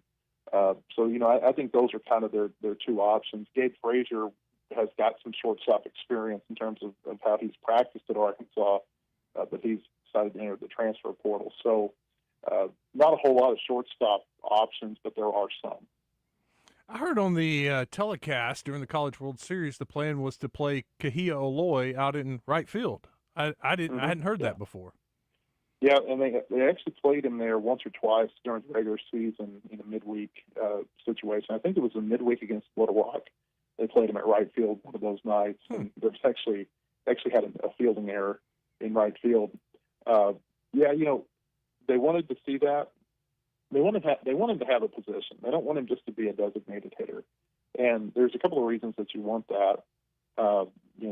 One of which is to help him in his draft slot next year. But they think that he's gotten better in right field. It's still not nearly as clean as you probably want it to be or would want it to be. And so he's going to go up to Cape Cod this summer. And it wouldn't surprise me if you see him playing some right field from Cape Cod so he can get some reps there. And so you can kind of get a better feel for whether or not that's something he can do. What do you think the rotation looks like with the guys that are on the team? Because I know you got the portal and you may go out and get a weekend guy, but who are some candidates? Well, I think Gabe Gackel's number one. I think he'll be their number one pitcher next year. He'll be a junior. I know it didn't go great for him whenever he started early this season. That's not to say he didn't have some good starts. He did have a great start at Vanderbilt, and he had another start or two early in the season that went fairly well. But then there were a lot of starts where the wheels kind of came off for him. I think he'll get another chance to start next year. I'd be shocked if that's not the case. And then I think it probably just kind of depends on how many starting pitchers do they get out of the transfer portal?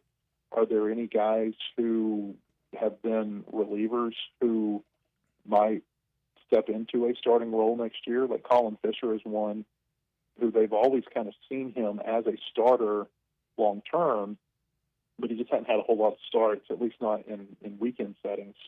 to this point. So I think it's probably a little bit to be determined behind Gackle once you see what else you're able to get out of the transfer portal. On our D3 Auto Sales text line, he gives us our stat of the week, but he said 11 Razorbacks were drafted in 2013 and 2018. How many you think get drafted? You mentioned 9 a minute ago, and then we started talking about Parker Coyle. Could we see 10, 11, 12? I think it will be somewhere close to 10. I don't know if it'll get to 11 or 12. I'm not saying it won't. But, I could see somewhere right around double digits. I mentioned the 6 who are in Baseball America's rankings. You got Coyle, you've got Thomas. I think both of those players probably get drafted. I think, it would surprise me if Logan Maxwell gets drafted. And then, it always feels like there's a surprise or two as a draft pick. Sometimes it's a guy who doesn't have any leverage left, and, he's just a bargain pick. And you can get him for $10,000, and it allows you to save, several $100,000 that you can put towards somebody higher in the draft. There's always those bargain picks, and so every now and then, I'd say probably even more than every now and then, about every year or maybe every other year, there's always a player who kind of, you're like, whoa, I don't know that I expected him to get drafted. So, somewhere in the double-digit range wouldn't surprise me. Mm-hmm. The JUCO guys, I kind of forget about them getting their extra year with either Charles Thomas or Justin Thomas or Logan Iredale. In my mind, I was like, Iredale's gone. Well, with JUCO, there is a chance he could still have some leverage. Yeah, well, this will be his last year of leverage. So he played 2 years at New Mexico Junior College, played a year at Arkansas. So this is his last year of leverage. Now, he's got another year of eligibility left next year. But if he comes back, he's an interesting one, Iredale is, because he was a big draft prospect last year. And then I think he came to the SEC, and you see that the pitchers have been able to maybe figure him out as a hitter a little bit this year. So, certainly he's still on teams' radar. But does he come back and try to show himself to be a better hitter next year against that kind of pitching than he did this season? He's one of the ones that I'm really interested to see what happens with him this summer. So he doesn't get both years back of JUCO, just one. No, just one. No, yeah. So if you're in junior college, now of course this Diego Pavia thing going on at Vanderbilt and how that ends up getting resolved might play a factor down the road with some junior college players. But as of right now, you go to junior college, you play your freshman year, you play your sophomore year. It's no different than playing your freshman or sophomore year at a Division I or a Division II program. It's those count towards your 4 years of eligibility. Gotcha. Matt, we appreciate it. Good stuff, as always. Always love picking your brain. All right. Appreciate it, guys. We'll see you. Take care. Matt Jones, WholeHogSports.com. We'll take a break and open it up to you. We got an open segment before Joe Klein gets in here. 661-1037. I'll check the D3 Auto Sales text line. Yep, got a couple over there. I'll read those. Stick around. It's Out of Bounds.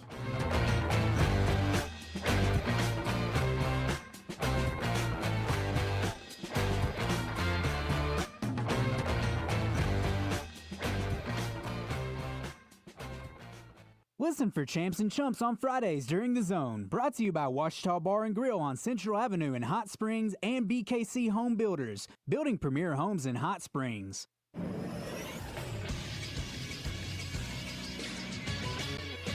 This is Sports Center.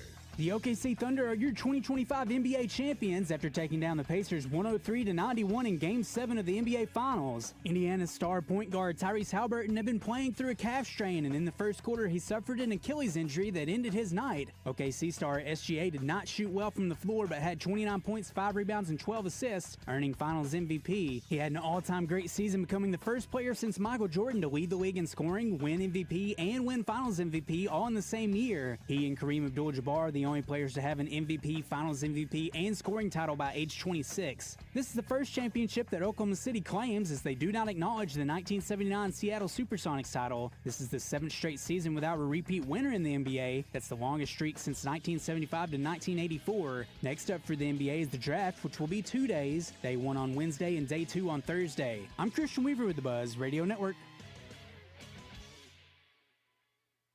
If you have a passion for adventure and unmatched quality, then head to Honda of North Little Rock for the best lineup of quality motorcycles, ATVs, and side-by-sides.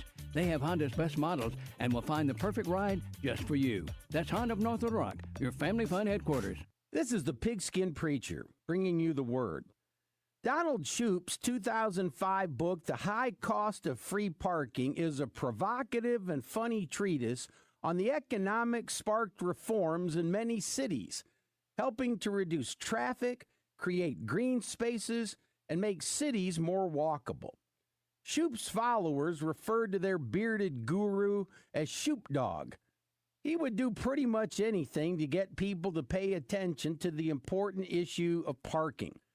Americans owe a debt to Dr. Shoop Dog. Sign up at Doublebee's and pay with your Exxon credit card and save 10 cents a gallon at the pump. That is a deal, Lucille. Come on by and save some cash on some gas. Doublebee's. It's where you gas it, grab it, and go. That's Doublebee's. March is gone. The brackets are done. Feels like we need some excitement. Are you kidding? Do you realize how much is going on? Basketball, hockey, baseball, golf. It's like 8 seasons in one. It's the season of action. And we can bet on all those with the Oakland Sports app. That's the spirit. Now let's go lock in some bets. Receive a 10% profit boost on qualifying 3-leg parlays. Bet all summer long. Oakland Sports, Arkansas's best sports betting app. Gambling problem? Call 1-800-GAMBLER. This is Trey Schapp. Tune in each Friday morning at 5:30 right here on The Buzz as I bring you From the Shortgrass, presented by UAMS Health, Orthopedics, and Sports Medicine. If you like to hear interesting stories about the game of golf, this is for you. You can also find it wherever you get your podcasts.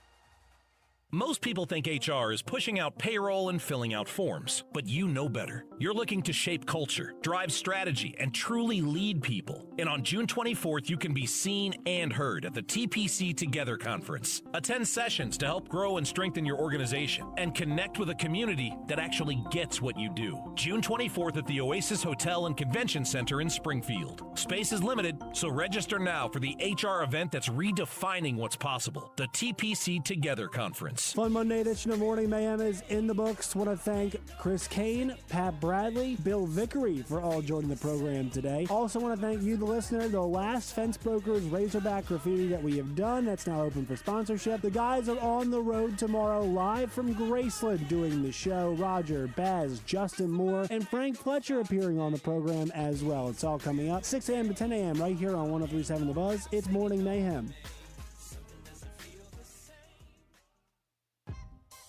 Out of Bounds, live from the Gwatney Chevrolet studio.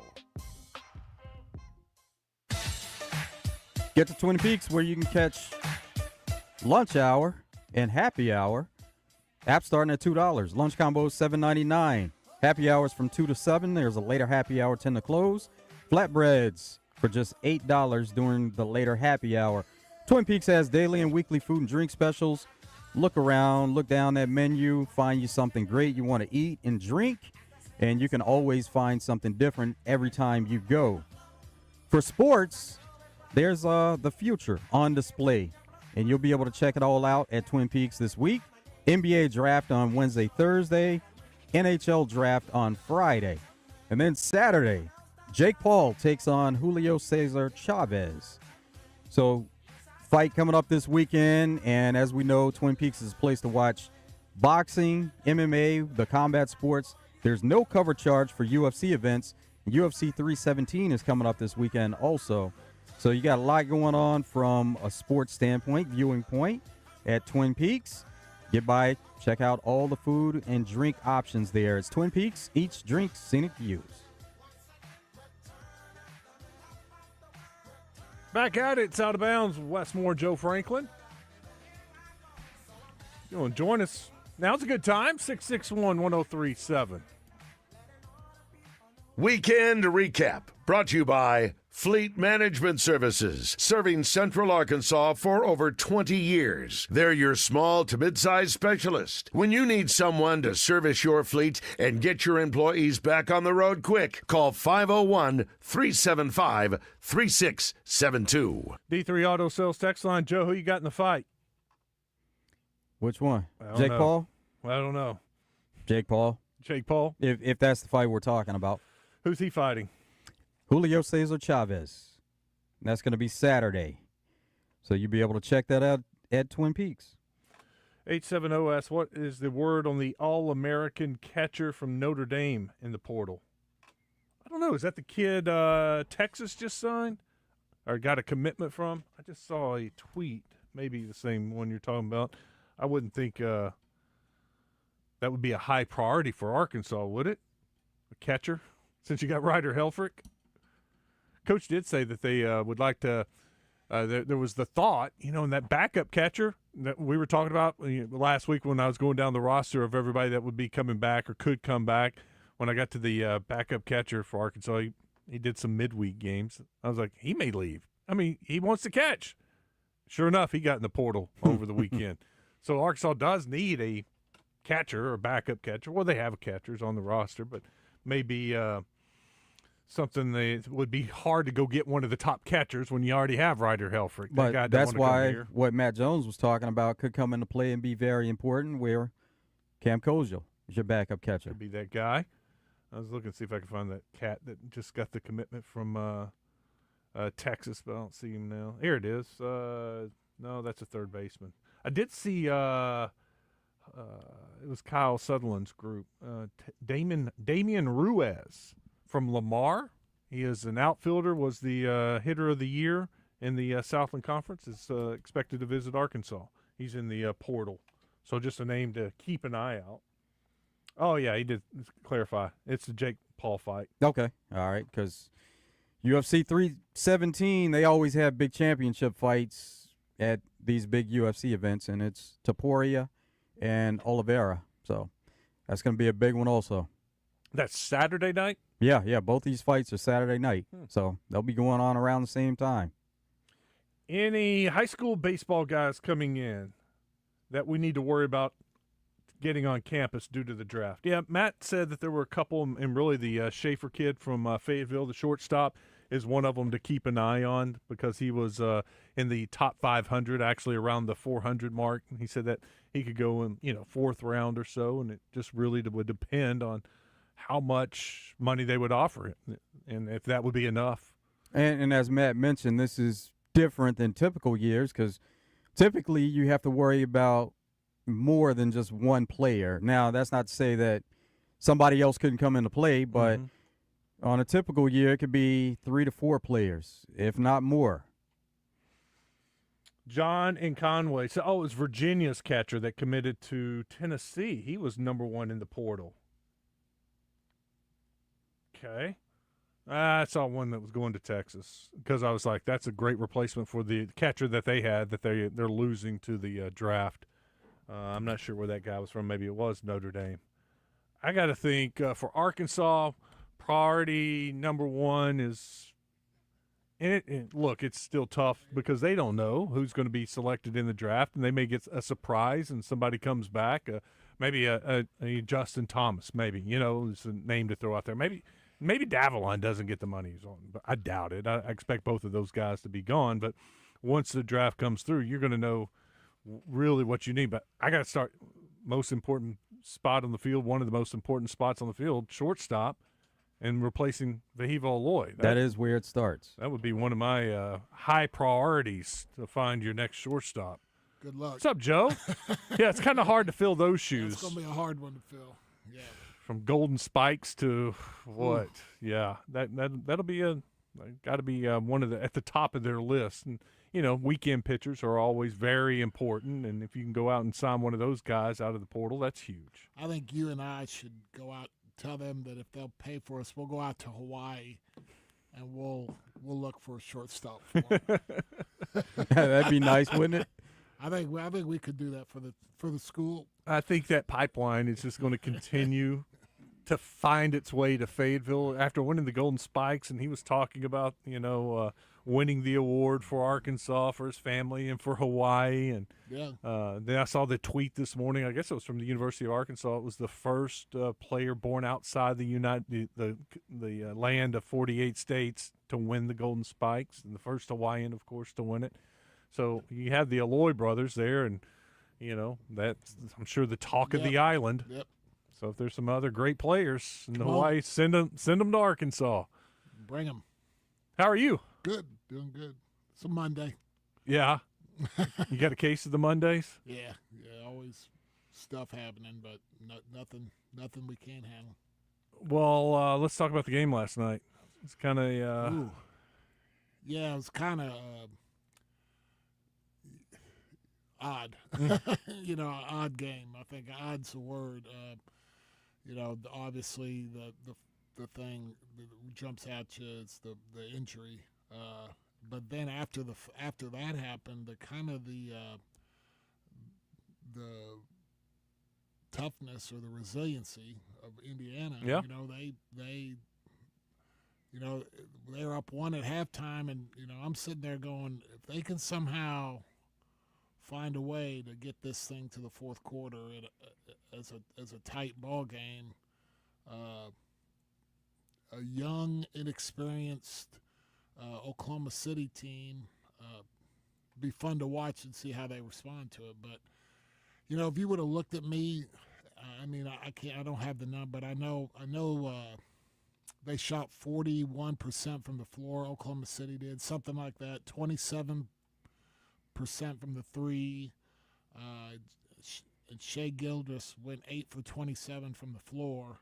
If you'd have told me those three things going into Game 7, I would have said Indiana got a good chance. Well, it was the same scenario of some of the earlier games. Yeah, Indiana had a better shooting percentage, a better three-point shooting percentage. They both made the same amount of free throws, so you're like, okay, so Indiana wins. Turnovers. 21-7. Yeah, they just they, especially when they lost Halliburton.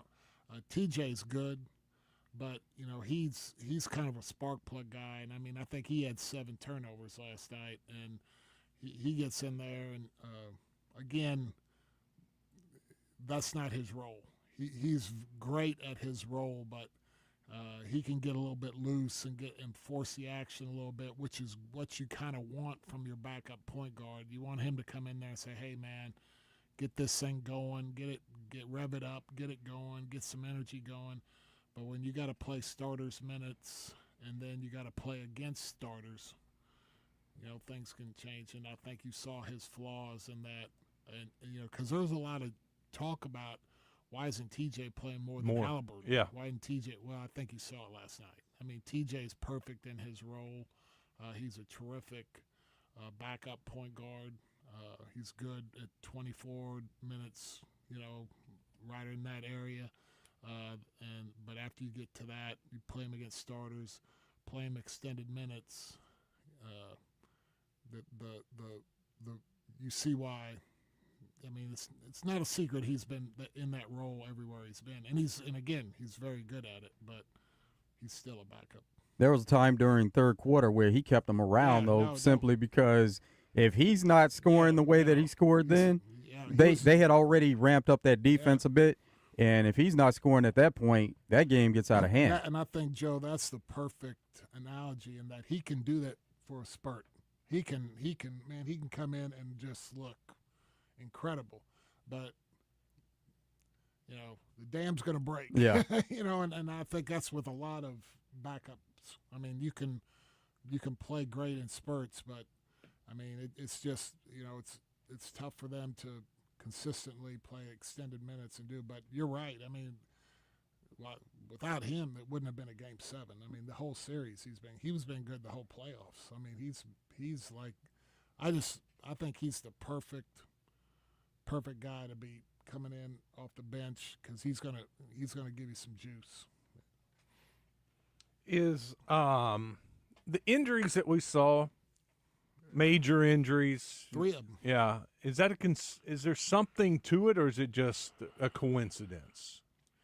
Well, No, I mean there's something to it. I mean, and I mean, we can go down this road, but I mean these I mean, you're looking at the end of the season. You're looking at Halliburton, Tatum, and Lillard.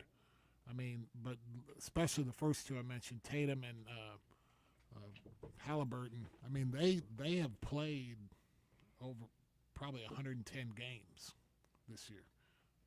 Think about that. And then Olympics. Yeah, on top of it. Okay, throw the Olympics last year. So, that is you're putting heat on your body. And throw in Steph with the tissue-ish, the hamstring. And right, and I mean, these guys are, we used to always laugh. These guys are like, Lamborghinis and Porsches, and I mean they are fine-tuned athletes, wound tightly, and they, athletically, their quickness and their explosion and things like that, that to me has always been, if you're slow and can't jump and white like me, you're going to be pretty much injury-free, right? But no, just, being funny. But I mean, it's a lot of explosive running, cutting, movement that, over extended minutes and extended games and extended periods of time. And I think what we're seeing is, the Achilles has kind of become the new, years ago it was the ACL. Mm-hmm. It was, oh my gosh, and now the ACL is kind of, he'll be back, he'll be good. And now, this has kind of come to the forefront now. But it's the same old thing. How do you? Well, you gotta have more load management. Well, people don't want to hear that. No, we gotta have less games. People don't want to hear that. Owners don't want to hear that. And that ain't happening. Okay, and so, the thing is you got to rest the body, or you got to, and I think the one thing that may come from this is that I think you will see more caution, and I think you will see teams, because I mean, you can't tell that somebody's going to blow out their Achilles. You got to go, man. How do you feel? I mean, you got to rely on the player. I mean, the doctor can't sit there and go, if you go out there, well, I mean, you could blow your Achilles. Well, you could say that to anybody for any game, any time. So, I mean, I think what you will see from it, Wes, is that I think teams will take a more proactive position and say you're not playing. But Game 7, last game of the year, what was it the line from 300? I mean, if you're a player of his caliber, come back with your sword, or come back with your shield, or come back on it. I mean, you know what I'm saying? It's kind of Game 7. I mean, there's no player that's worth anything that, if he's not crippled and hurting and can't play and can't help his team, I mean, a guy's not going to sit there. Halliburton wasn't going to go, I'm not playing tonight. I guarantee you, even though he tore it, he has no regret. Oh no, absolutely not.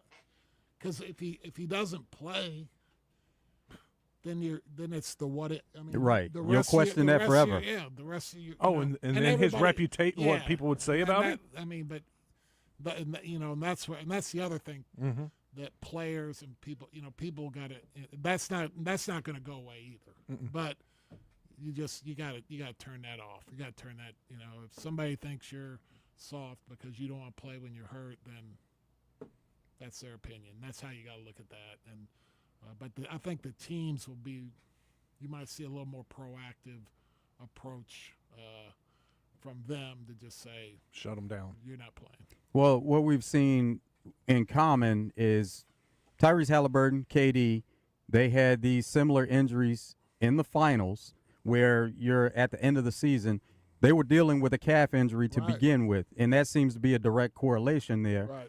So you know that these guys are wanting to fight through it and play. And so was Tatum. Tatum was complaining of a calf as well. Mm-hmm. So and even the injuries, when you see them, they all look similar, where they're taking that step, that long step, and that calf, it gets elongated, and then it just pops. Yep.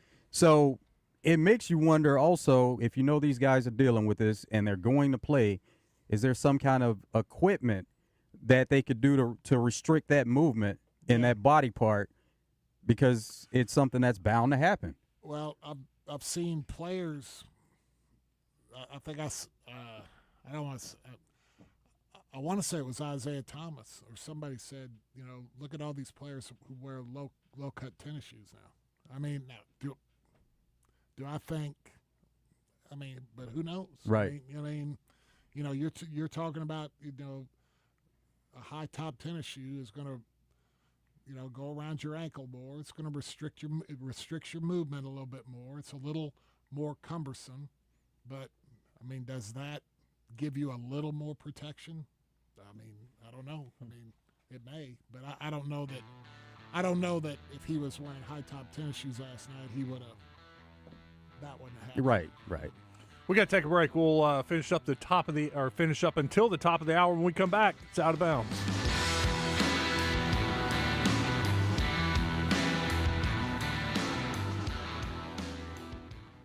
Hey, it's Chuck the Promo Guy. Join me every Tuesday morning at 8:30 for Check In with Chuck, brought to you by Hubbard Power Sports in Russellville. And get caught up with everything that's going on at the Buzz. It's brought to you by Hubbard Power Sports Can-Am and Sea-Doo. Whether you're on the road, on the water, or in the trails, they have the ride for you.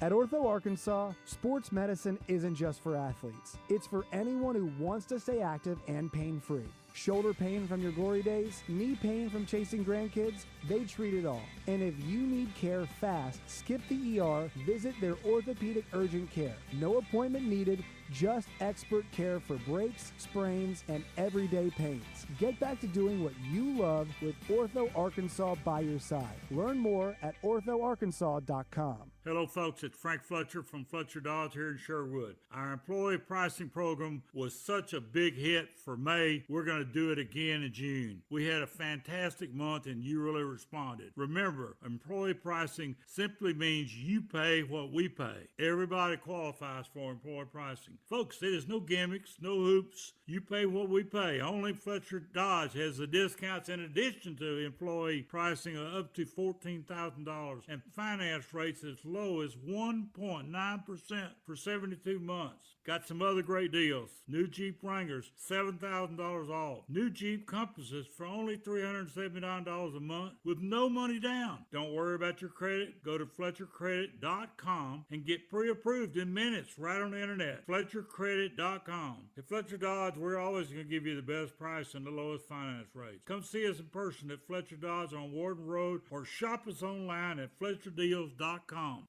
Did you get us switched over to shelter insurance? Actually, I found a deal online. You did. Does your deal come with award-winning customer service? Oh, I'm not sure. Does the deal include a local agent? Doesn't actually say. Can we create a customized plan that fits our needs? Let's just call the local shelter agent. For insurance that fits just right, find a shelter agent near you. See shelter agent Angie Collins in Heber Springs, Michelle Herring in Whitehall, or Jonathan Stone in Lone Oak today. If you're trying to get through your daily activities and you're noticing you can't because you're focusing more on your pain than being able to enjoy the moment, those are the patients that we're looking to treat because we can make a difference. That's Dr. Ashley Caravelli, a medical director for QC Kinetics. What we're doing at QC Kinetics is offering treatments that help with joint preservation. We use cutting-edge technology and our in-house lab to harness your body's natural healing powers and target the areas where you need them the most. These are regenerative, non-surgical treatments, and QC Kinetics is the nation's leader, delivering lasting relief to tens of thousands of patients. What we do know is that the sooner we start treatment, the sooner you'll see relief. So don't wait another minute. See if you're a good candidate for these non-surgical treatments for joint pain. The consultation is completely free. Call QC Kinetics, 501-222-8440. That's 501-222-8440. 501-222-8440. Rainy days are great. Unless your gutters can't keep up. Don't let clogged, leaky, or missing gutters cause damage to your home. Talk to the folks at Whit Davis Lumber Plus. Not only do they sell gutters, they install them as well. Seamless custom-fit gutters that are built to last and keep the water where it belongs, away from your home. Call Wood Davis today for a free estimate and let the plus be the service you can count on. So Restaurant and Bar presents the one and only Bill Vickery when he joins Morning Mayhem each week. So Restaurant and Bar on Kavanaugh in the heart of Little Rock's historic Hillcrest neighborhood. Experience fine dining right in your backyard. Out of Bounds on 103.7 The Buzz. Live from the Gwatney Chevrolet studio. Gwatney Chevrolet. Driving, trust every mile. Wherever you are, whoever you are, wherever you are, whoever you are, wherever you are, whoever you are. Hey, hey, I told ya, riding with my top down and my jury on. Hey, I'm just getting my hood on. I'm just doing my thing. I'm just doing my thing. Hey, hey, hey, hey. I said I'm riding with my top down and my jury on. Hey, I'm just getting my hood on. I'm in the hood bouncing, spray it like a fountain, money like a mountain. Tell me why you pouting. I know why you pouting, cause we getting paper. Hey, tell them again, nigga. We getting that paper. I'm in the hood top down with my jury on. Jury on me. Come on, I got my goons on me. I get them off me. I shake them haters off me. Get them off me. I shake them off me. Bitches, is you with me? My bitches, is you with me? If you got a problem, a sucker, come and get me. Get me. Y'all know my name. You see the candy paint, it spell my name. Swizzy. Riding with my top down. Back at it, closing up the final segment of this hour. Here's James in Little Rock. Nope, he's gone. All right. What do you think of the Durant trade? Yeah, I mean, I think they could. I mean, I think Durant kind of steered them to where he wanted to go. I think Minnesota, they could have got a better trade with Minnesota. I know the Warriors, they could have got some better stuff from the Warriors during the season, but KD just said, I'm not going there. And so KD was kind of holding the cards a little bit to all this. And, I think they found somebody that would give them as much as they could get. I don't think it's dollar for dollar, and I think they're going to probably move Green or, I don't think they're done wheeling and dealing. I think there's going to be a lot of teams that try to take on the Oklahoma City way of doing business and try to get assets, stockpile picks, and then be very judicious with their free agent. I think the days of trying to get three big-time guys together are done. Yeah, it's exactly what Rockets needed, though. They needed a vet to come into that team, and he reunites with Ime Udoka, and there are a lot of correlations there for them making the move and them being the team in the landing spot. Yeah, they had the reputation of being a little bit of a team that could smother you. They could get after you, Houston, and KD ain't that kind of guy. So you're changing your makeup a little bit, but you still got KD. Absolutely. Coming up in the third hour, more with Joe Klein. We got what's trending. Finish this thing strong. Stick around. It's Out of Bounds.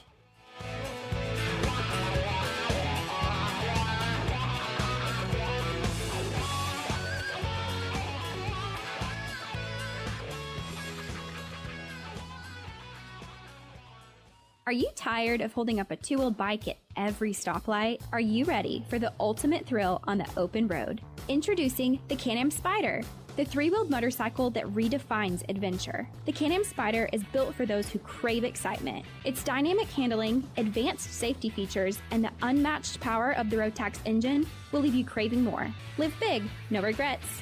Your next ride is waiting at Hubbard Power Sports, Can-Am, and Sea-Doo of Russellville. On the road, on the water, or in the trails, we've got the ride for you. I'm Dr. Lowry Barnes. When it comes to orthopedic care, there's no place like the Orthopedic and Spine Hospital at UAMS Health. We built this hospital just for you, with state-of-the-art surgical suites, advanced technology, and the state's largest group of fellowship-trained orthopedic surgeons. It's the best place in Arkansas to get you moving again. And if you need urgent orthopedic care, UAMS Ortho Now is right here for you. at the Orthopedic and Spine Hospital at UAMS Health, where motion lives and service leads. Injured? There's only one number you need to know. 888-8888. At Rainwater Holton Sexton, no case is too big and no insurance company too strong. Just dial 888-8888. Responsible attorneys Michael Rainwater and Bob Sexton. 1037thebuzz.com. Get your iPhone or Droid app today and take us with you everywhere the wind blows. KABZ Little Rock. Buzz News with KARK's Claire Kreitz. It's been 1 year since a mass shooting in a Fordyce grocery store. 4 people were killed, 10 others were hurt, including 2 police officers. People in Fordyce held a balloon release on the anniversary of the shooting, honoring the lives that were lost. The mother of one of the victims also created a scholarship in honor of her daughter and another victim. You can donate to the Callie Weems and Roy Sturgis Scholarship by mail. Donations can be sent to P.O. Box 170 in Kingsland. The zip code is 71652. Saline County will host a town hall today to discuss concerns with animal control. The meeting comes after 2 recent dog attacks. One, a 15-year-old girl was killed by a pack of dogs, and another where 2 dogs escaped from their yard and attacked a woman. The town hall is set for 6 tonight at Butler Auditorium on the Benton High School campus. Officials will discuss the state of animal control in unincorporated areas of Saline County. This is Claire Kreitz for the Buzz Radio Network.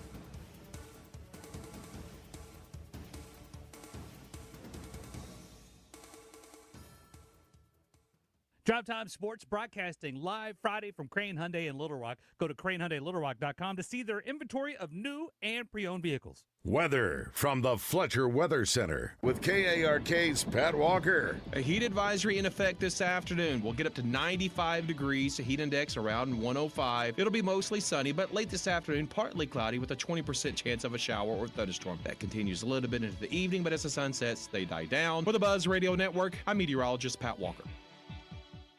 Fletcher Dodge wants to buy your car. We'll buy any make or model, and we'll pay you more than anyone else. Please turn your old car into cash at Fletcher Dodge in Sherwood.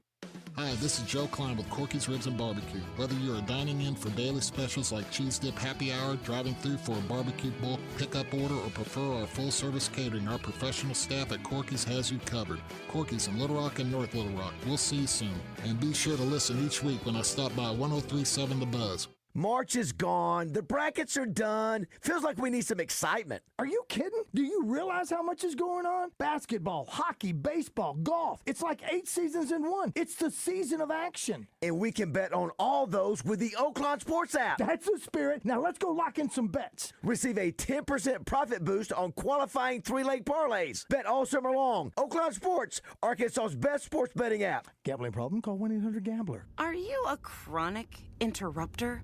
Incapable of letting other people talk? Do those people ask, how do you sleep at night? Then you should go to Mattress Firm. They have a 120-night sleep trial so you can get your money back if a bed's not right. That way anyone, even someone like you, can sleep. Get matched at Mattress Firm. Sleep at night. Restrictions apply. See store or website for details. Millions of Americans take medicine like Ozempic and Zepbound. Many of them are overpaying by thousands of dollars a year. These GLP-1 medications for diabetes, weight loss, and more may not always be covered by your insurance, but GoodRx can help. GoodRx helps you save every month on prescriptions at over 70,000 pharmacies nationwide. Best of all, it's free to use. Check GoodRx to save on GLP-1s. Just go to GoodRx.com/GLP. That's GoodRx.com/GLP. GoodRx is not insurance but can be used instead of insurance, including Medicare and other federal and state-funded programs. Hey, get in. What? Who are you? I'm future you. Constipation with belly pain still coming back? Yeah. Mia, our doctor figured it out. She said it's irritable bowel syndrome with constipation, or IBS-C, and Linzess could help you get ahead of it. Linzess linaclotide is a prescription medicine that treats IBS-C in adults. It's not a laxative. It's a once-daily pill that helps you get ahead of your symptoms. It's proven to help you have more frequent and complete bowel movements and helps relieve overall abdominal symptoms, belly pain, discomfort, and bloating. These symptoms were studied in combination, not individually. Do not give Linzess to children less than 2. It may harm them. Do not take Linzess if you have a bowel blockage. Get immediate help if you develop unusual or severe stomach pain, especially with bloody or black stools. The most common side effect is diarrhea, sometimes severe. If it's severe, stop taking Linzess and call your doctor right away. Other side effects include gas, stomach area pain, and swelling. Talk to your doctor and say yes to Linzess. Learn more at linzess.com or call 1-800-LINZESS. Arkansas is known for its beauty. Rolling hills, scenic fields and valleys, and beautiful rivers run through our state. We want to keep Arkansas beautiful, but we need your help. Do your part by not littering and by keeping your community clean. Register for a local cleanup or become a litter grabber to fight litter at your own pace. Your community needs you. Join us in keeping Arkansas beautiful. Visit keeparkansasbeautiful.com to learn more. This message brought to you by this station, the Arkansas Broadcasters Association, and the Keep Arkansas Beautiful Commission. Level up your summer projects with 4th of July savings on top brand cordless power tools from the Home Depot. Whether you're working on a fence, a planter box, or a new workbench, get the power and runtime you need with the Ryobi One Plus 18-volt 2 toolkit from the Home Depot for only $99, was $139. Get 4th of July savings on the cordless power you need to make summer projects easier than ever. Right now at the Home Depot. Evan Cohen here. Whether you're locking in your home run picks or riding with your favorite golfers this summer, ESPN Bet is your sports book for all the action. Go from checking stats on your favorite teams and players to placing bets in just a few taps. Plus, new customers can get $100 in bonus bets when you make your first $10 wager. Download the ESPN Bet app and sign up with promo code USL to get started today. Must be 21 plus. Gambling problem? Call 1-800-GAMBLER. Terms and conditions apply. See app for details. Offer not available in New York. Live from the Gwatney Chevrolet studio, this is Out of Bounds with Wes Moore and Joe Franklin on 103.7 The Buzz.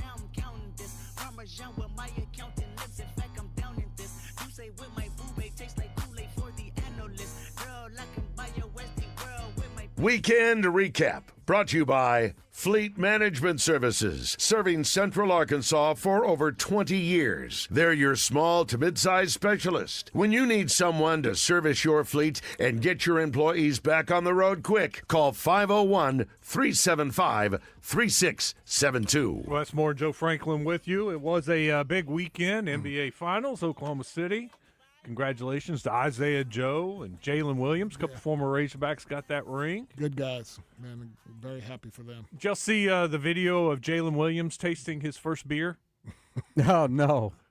That's exciting. But then did he say you'd rather have tequila? He said, so where's the it's like tequila? when somebody was telling me he's tasting his first beer, and I was like, all right, now come on. He's never had, and I was like, and then somebody said, yeah, but he was saying he preferred tequila. So that means he's been there before. I mean, I was like, good grief. I mean, no wonder why we couldn't win with him when he was in Arkansas. Kind of skipped a step there, didn't he? Yeah, it's supposed to go forget beer, the beer, go straight to the hard stuff. Just kind of jumped over the. That's a hell of a leap. Now. Yeah. That was cool. What does Isaiah need to do to get more playing time?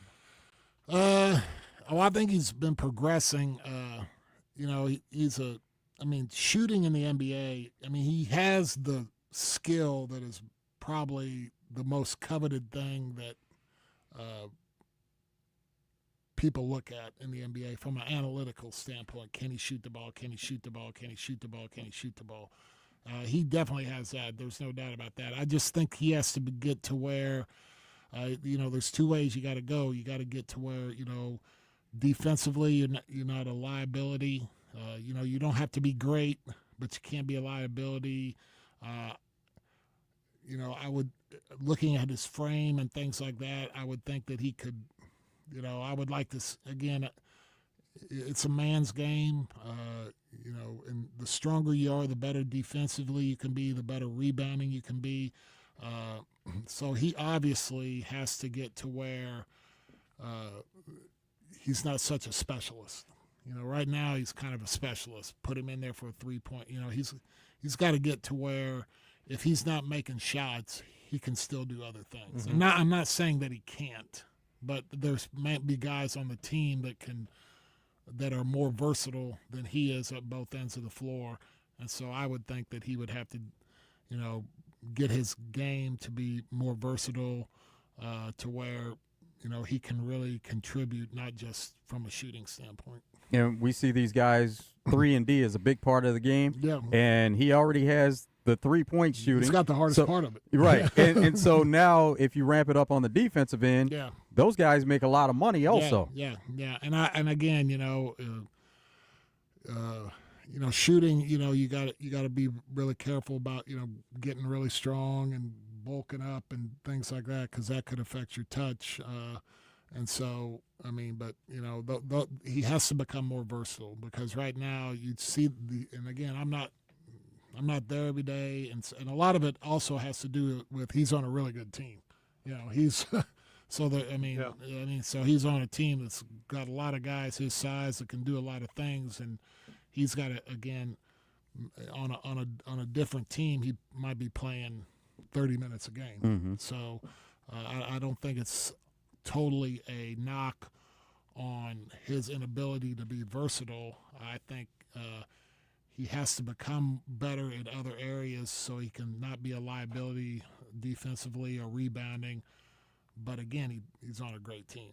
I mean, that team is 12. I mean, they are loaded. So, it's if you're on a team like that, it's hard to get in there.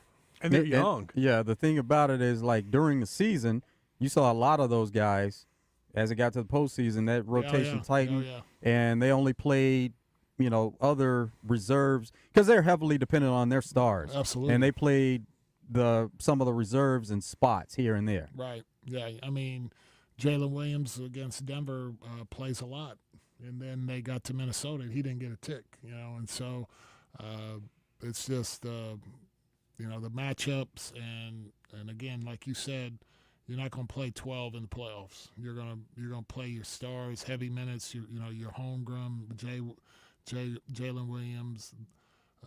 SGA, those guys, Caruso, the veteran guy, and Dort, Casey Wallace is pretty good. Those are the guys that you kind of like look at a Wallace, and when in talking to Joe, talking about Isaiah Joe, you look at him. Isaiah Joe shoots the ball better than that kid does, but that kid can shoot. Mm-hmm. He can't shoot like Isaiah Joe, but that kid can also handle the ball. He's a good on-ball defender. He's a stronger, and I think that's kind of where Isaiah's got to look to go, is to try to take those aspects, the ball handling, the defense, the strength, and increase on that, so he can, again, he doesn't have to be a lockdown defender, but he can't be a liability. Right, and then offensively, like you talked about, becoming more of a complete player, he has shown that he's added to his game and he's grown there, because he doesn't just try to camp outside the three anymore. He'll take it to the rim, and that's something they want to continue to see him grow in those areas. Hey, man, he was undrafted, wasn't he? Mm-hmm. Or no, Sixers drafted him. Second round. Yeah. But, I mean, he didn't get any run there at all, and he goes, I mean, he signed, did he sign like a $13 million deal? Oh, yeah. Yeah, so, I mean, they like him. They see something there. I mean, he got like 4 years, $52 million or something like that, so it's not like they don't see something in him. And so he's on a loaded team, man. They are stocked. What does winning a title mean for these guys, maybe career-wise, or is there any other benefits that will come down the road? I think with your upper echelon guys, endorsements, you see just the fact, you see the AT&T commercial over and over again with those three guys, SGA and Jay Williams and Chet. Mm-hmm. And you see them. Stuff for your better guys, you're gonna see stuff like that, and they all have shoe deals. Again, a lot of it is for the marquee guys that they're gonna really, benefit from that financially. For your other guys, I mean, I think it helps you from a standpoint of teams coveting you, because you understand. You've been to it. You understand the culture, understand the locker room, understand the importance. You understand the moment, how big it is. So you might be able to get extra years or on a contract, or get signed to a little better bump, get a little better deal, in free agency from being a part of that. But I think sitting down, I think everybody's happy. But it's just like anything when you're young like that, when you get older, that's when you kind of go, man, this is really cool. I wish I would have, it's like me now. I look, every 4 years I go, damn, I got a gold medal. Whereas when I was younger, I was like, it was in my sock drawer, and I never even, I was just like, you got a gold medal? Yeah. Now you take it, you show your grandkids or you show your kids when they were younger, you take it to your kids' class, and everybody's like, you go, man, it's kind of a big deal. And you probably think about it more in an Olympic year whenever it comes around. Yep. And so, you just, young and dumb, Wes. What we know now is what we knew back then. Yep. We haven't talked to you since Arkansas and Calipari added the bigger guy from, was it Bosnia? Yeah. No, I looked at he's a big dude. I mean, he was a banger. I mean, they showed film of him, and again, you can't, it's a highlight film. Sure. I saw like 2-minute highlight film of him, so he's going to come, it's like when I was recruiting at UALR, somebody would say, I'm going to send you some film, and I said, do not send me a highlight film. Send me a game film. I don't want to see it. I mean, you can send me a highlight film, and that's great, but I said I want to see a couple games. I want to see, because I could put together a game. I could put together a highlight film and send it to somebody and say, hey, you need to sign me to a 5-year, $50 million a year deal. Look at these. Look at all this. Look at what I can do. And now it's 50 moves over the course of 200 games. But so. In seeing that, he looks strong. Mm-hmm. He looks like a banger, a guy that scores at the rim. Didn't see a lot of anything on the perimeter. A lot of drop steps, up and unders, but he's a wide body. Looks like he's got pretty good bounce. Can get up pretty quick. Kind of seems to be like he might be a project guy for down the road. But we'll see. I mean, you don't know right now. But I like the fact, I like the kid, Pringle, the kid from Florida State. What's his name? I can't remember. The other big kid. Malik Ewan. Yep. And then now this kid. That's, in my opinion, they've got 3 guys, whereas last year they had 1 guy that could do, they had Adu, and that was their physicality. They had no other physicality at all in it, and I think that hurt them, especially early on, and they made them very reliant on shooting and the finesse part of the game, whereas now I think you got 3 guys that you can I know you got 2. Again, this kid, we'll see, but you've got 2 proven guys that can really give you a physical presence, whereas last year you had 1. It's almost looking like a case of overcorrecting here because they're bringing in so many players, but there was a thought of one of the players, at least one of them, possibly redshirting. Right. And Joe, Calipari has put together more teams, but, you had 4 dudes last year on that team that I don't know that any of us knew their name. No. And again, I guarantee you they're great kids, and I watched them practice. They were good for the practice. They were good practice, but guys started dropping and getting hurt, and you're talking about having 7 and 6. We might have 6 guys or 7 guys, and hope he can go. And I don't want to go down that road again. So I like the fact that if you're overcorrecting, you had room to overcorrect because we got caught shorthanded a couple times last year. Well, now too, I like the latest guy they signed was the 7-footer. It was top 50, but he's thin. I mean, he looks like looks like more of a stretch 4. Yes. But I think it's good for practice bodies more than anything. I mean, you think about the banger they brought in. If nothing else, he's a good practice body for Ewan. I mean, because he's a bigger guy.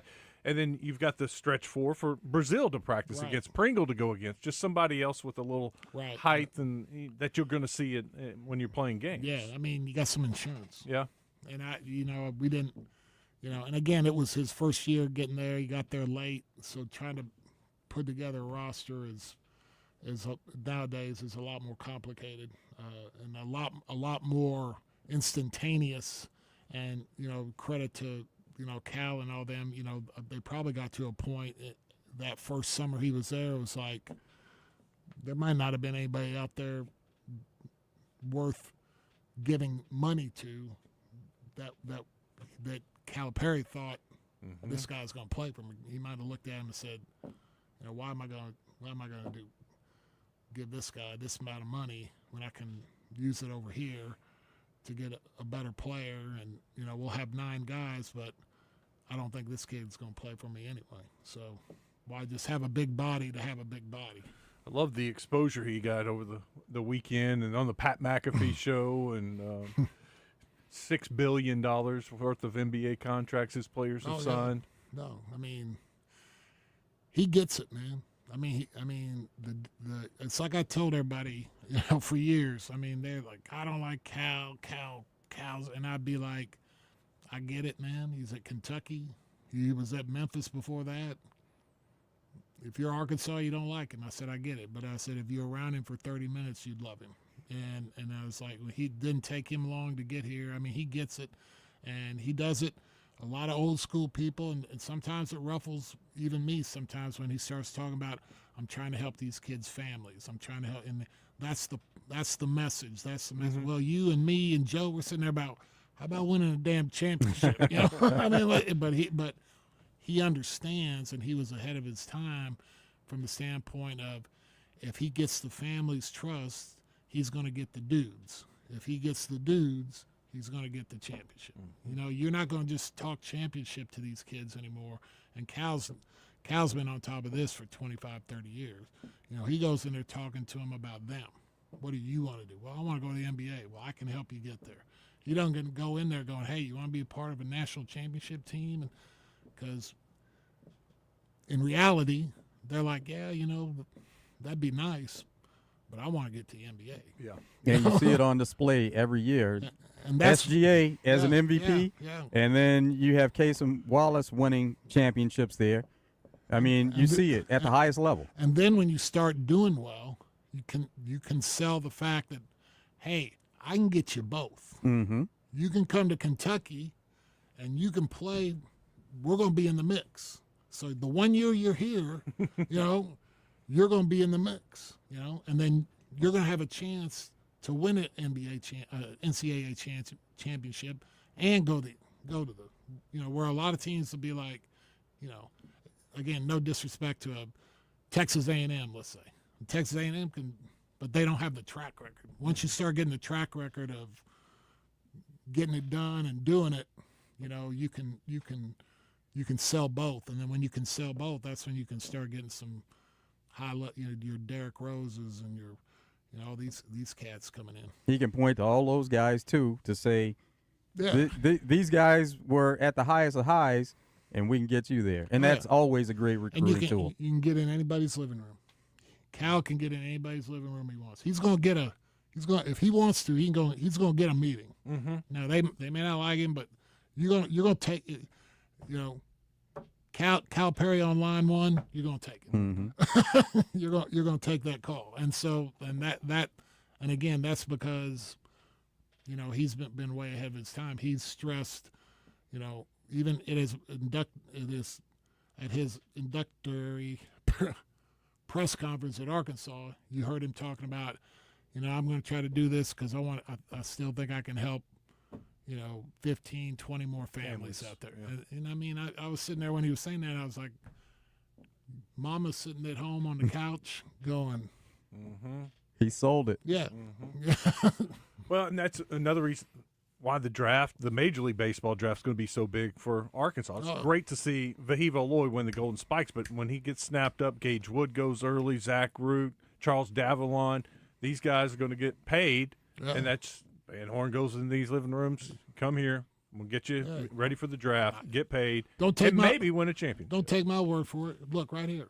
Here's $6 billion. That's what Cal Perry does. Mm-hmm. Hey, I'm not gonna brag on myself, but here, look at these contracts. And they can do it back to back. You know, Yeah. Hagen Smith last year, Yeah. Vahiva this year. You know, it's got a pretty good track record building. No doubt. Just got to get over the hump. Yes, and Did you it's watch one hell of a hump. Did you watch any this weekend? No. No? I'd had enough. Yeah, I thought I ended up watching. I watched. I was debating Friday. I got done playing golf, and I watched. I think the first 3 innings, or right around the first 3 innings. I got into the men's grill right after old boy got ejected. Oh, that was wild. Yeah, we talked about that earlier. That was a quick trigger for a College World Series finals. That's on the umpire, man. You got to move heaven and earth to keep from doing that. You gotta walk over there and go, look, man. You know, between innings, you got to walk over there and go, look. There weren't any between innings. Right, that's the problem. You got to walk inning. over there and you just got to go, look, man. This is headed to you getting. I'm not here to discuss what you think is right or wrong, but I'm telling you where this is going, and you do not want to get thrown out of this game. And I don't want to do it, but I'm not. You got to. I mean, you just 28 pitches. There's got to be a conversation there. 28 pitches. You got to. You got to swallow your pride for a minute, and at the end of the first inning or at the end of that half of the inning, you got to go over there and go and have a come to Jesus talk with him, and try to do it as out of the. It's going to be caught on camera. Sure. But you don't try to embarrass him. Everything. You try to keep your head, and you just say, "Look, man. Okay, I'm doing the best I can here. I'm not out to get you, but I ain't taking this no more. And I'm just telling you. Mm-hmm. So it's on you now." I mean, you saw that in the NBA all the time. We talked about that. You have coaches and referees. They have a history. They don't like each other, and then they're calling that game. I had guys tell me, I'd be sitting there. I'd listen to Charles Barkley or Larry Bird call these guys every freaking name in the book. I remember one night we were playing in Houston, and we're at the free throw line, and guys shooting free throws, and the foul was called on Charles and Hugh Evans, and he was sitting there, and he just blankety blanked him for 30 seconds. We go up and down the floor, and I bumped the guy, and I turned to him and I go, "Come on, Hugh." Bam! You got Chuck's text. And I looked at him and I walked over to him and I was like, and I said, "Hugh," I said, "he just cussed you out." And he goes, "I know. He's Charles Barkley. You're Joe Klein." And I just turned around with my head between my legs, went back to the free throw line, and I shut my mouth. Because you know what? I was like, "What are you gonna say? What are you gonna do?" Let's take George's call. What's up, George? Hey there. I wanted Joe's opinion on Texas A&M's guard last year, that Wade, Taylor, I think. Wade Taylor. The fourth. Yeah. I thought he was undisciplined, and although he's a great shooter, he took way too many shots, and a lot of them didn't go in. What do you think about him, Joe? I liked him. I didn't think he had a very good year. I think quite honestly, the sophomore and junior year were better years. I think you're spot on. I thought he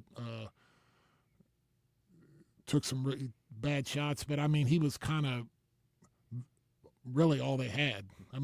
So he got kind of caught into a position sometimes. They brought in a couple guys, but they were more downhill drivers and stuff. But from a guy that could really just get his own shot and work the ball and pull up and shoot, he was the only guy they had. So I think it was a combination of he had the ultimate green light, and at times it looked really good, and at times it didn't. And so I didn't.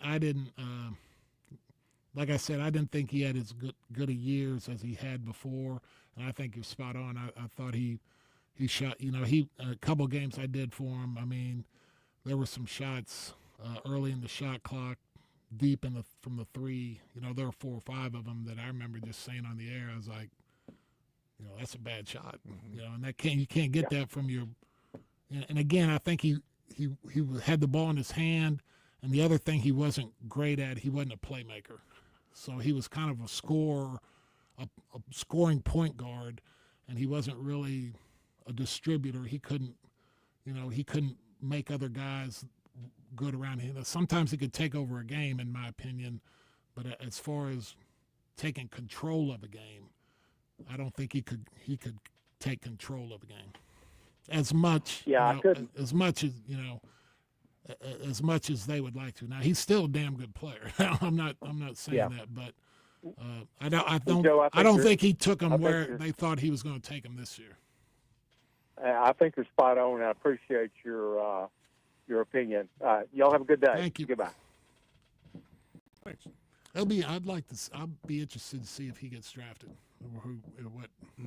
Because now I saw one game he played against Houston, and Houston can guard, and I remember watching that game, and he lit them up.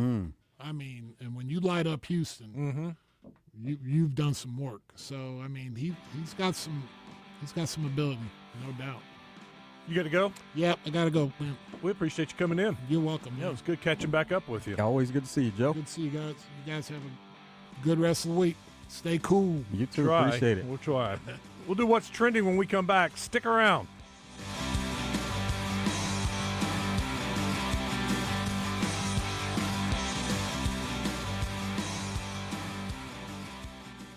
Morning Mayhem has teamed up with Moe's Southwest Grill to deliver lunch to one hardworking office each week. Register your office to win at 1037thebuzz.com. One office each week will get a catered lunch for up to 15 people delivered by our friends at Moe's Southwest Grill and hosted by Roger and Baz. To learn more about Moe's Catering, email moescatering@moesar.com.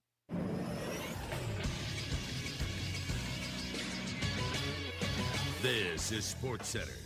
The LSU Tigers are the College World Series champions after beating the Coastal Carolina Chanticleers 5-3 on Sunday to complete a two-game sweep. It didn't come without some controversy as Coastal head coach Kevin Schnall and their first base coach Matt Schilling were ejected in the first inning after arguing balls and strikes with the umpire. But Louisiana State still claims their 8th national championship in program history, their second in 3 years. The Tigers have the second most College World Series titles in college baseball history, following USC, who has 12, although their Trojans haven't won one since 1998. SEC baseball has won 6 straight titles dating back to 2019 when Vanderbilt won it. The 2020 season was canceled due to COVID. I'm Christian Weaver with the Buzz Radio Network.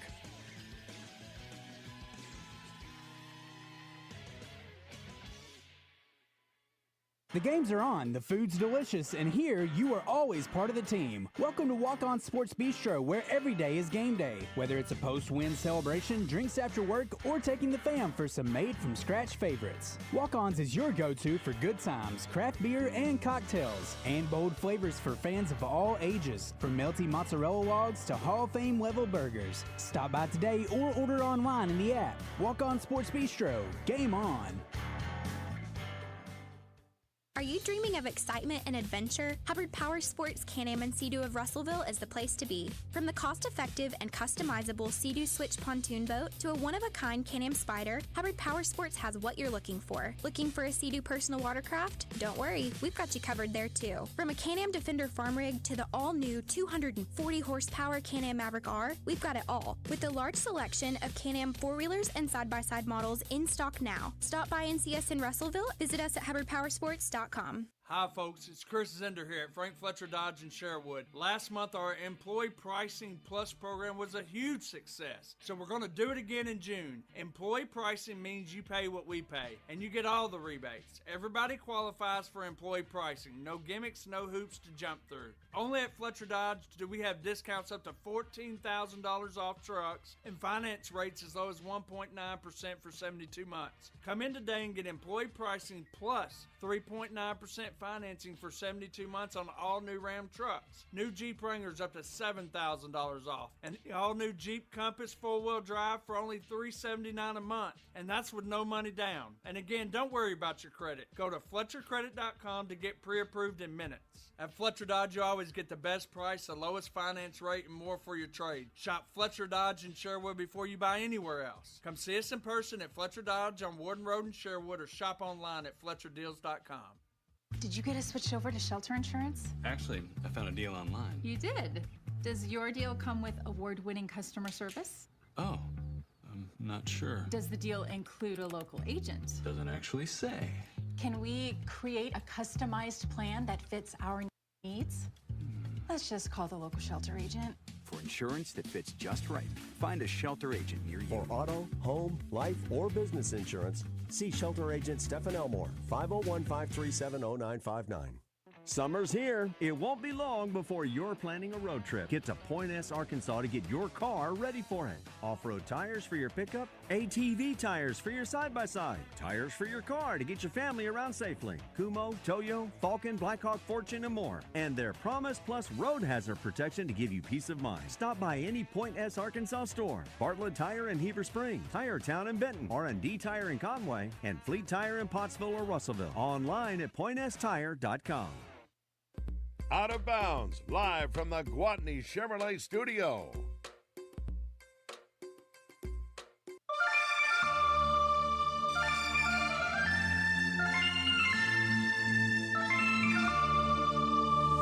Give me a man after midnight. Won't somebody help me chase the shadows away?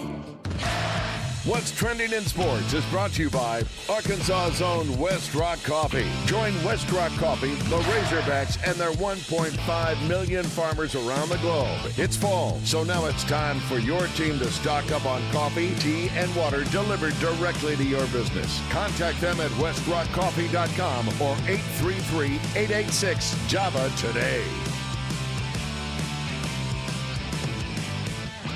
These finals showcased a new generation of stars in the NBA and two great cities that could not be prouder of their teams. To the Indiana Pacers, throughout these playoffs, they never, ever gave up. Congratulations on a great run. And to the Oklahoma City Thunder, a team-first mentality, homegrown all-stars, and a very special culture. Clay Bennett, Sam Presti, Coach Daignault, and this amazing team. Congratulations, you're the 2025 NBA champions. For the first time in 25 years, the same player won the regular season MVP, the scoring title, and now here's your finals MVP, Shai Gilgeous-Alexander. This is what you dreamt about from the time you were a little kid, becoming an NBA champion. Just tell us what's going through your mind right now. It doesn't feel real. So many hours, so many moments, so many emotions, so many nights of disbelief, so many nights of belief. It's crazy to know that we're all here, but this group worked for it. This group put in the hours, and we deserve this. I want to ask you about this game. When Tyrese Halliburton went down, they kept fighting, and initially it looked like you guys were the one that had the letdown. Just how were you able to get things back on track once you came out of the locker room? That's when you took over the game in the third quarter. Yeah, we had 24 minutes to go get it. 24 minutes to finish our season. It was either going to be bad or it was going to be pretty. And we did everything we could. Chet's defense, here he comes now. Chet's defense at the rim. Just what impact did that have on this game? Yeah, he affects the game at a high level every night. Tonight was no different. He was everywhere, blocking shots, rotating, switching on guards. He's amazing, and so much more room to grow. We saw you celebrating with your wife, with your family. What do you think you will remember most about this Game 7? The fun I had tonight. The moment was amazing. The fans were amazing. And it was so much fun. Exactly what I expected. Congratulations to you. I'll see you up on stage in a little bit. I didn't think about it, but he put in perspective. They had 24 minutes left in their season. Mm-hmm. That was it. I mean, it's Game 7. This is it. 24 minutes. It all comes down to this. Yeah, because Pacers had a 1-point lead going in the halftime, so you come out third quarter, you're down by 1. And you know that this game has been tight so far. You want to do everything you can to try to make that push and maybe get away from them a bit, or even if it is a tight game coming down the stretch, you want to be able to make that extra basket, that extra pass, that extra defensive play that's going to put you over the top. Let's hear from the Thunder's head coach. They behave like champions. They compete like champions. They root for each other's success, which is rare in professional sports. They are... I've said it many times, I'm going to say it one more time. This is an uncommon team, and now they're champions. That's crazy. I saw the stat. That's the youngest team to win a championship, really in modern history. There was a team, I think it was in the 50s, wasn't it? Something like that. That was a little younger. I don't know how far back that goes, but it did say like second youngest team or something. So, but they're extremely young. Yeah. Alex Caruso, I don't know exactly how old he is. I think he's like 32. He may be. He's the oldest player. Yeah. Yeah, I guess he's been a while. I remember him at A&M. Didn't seem like it was that long ago, but He may not be that old. he just looked. He does look old. They called. He's 31. He's 31. Or he's gonna be 31 sometime this year. But they they mess with him. They call him Unc. They call him Grandpa. But Coach, he said his name, and you know how you have to hear someone say their name because he was on SVP last night, and it's Dagnalt, not Dagnalt. And Adam Silver called him Dagnalt, but it's Dagnalt because SVP says, this is the first time that they get a chance to meet face to face, and they were joking around. He goes, "Yeah, I'm Mark Dagnalt. Nice to meet you." So, and Sham Charania, he said a couple of weeks ago that it's Dagnalt, and they call him Dags. Good way to remember it. By the way, Shams did confirm what everybody felt like was the obvious, that Halliburton did tear his Achilles. Guess they did some testing today. Speaking of, here's Rick Carlisle on Halliburton.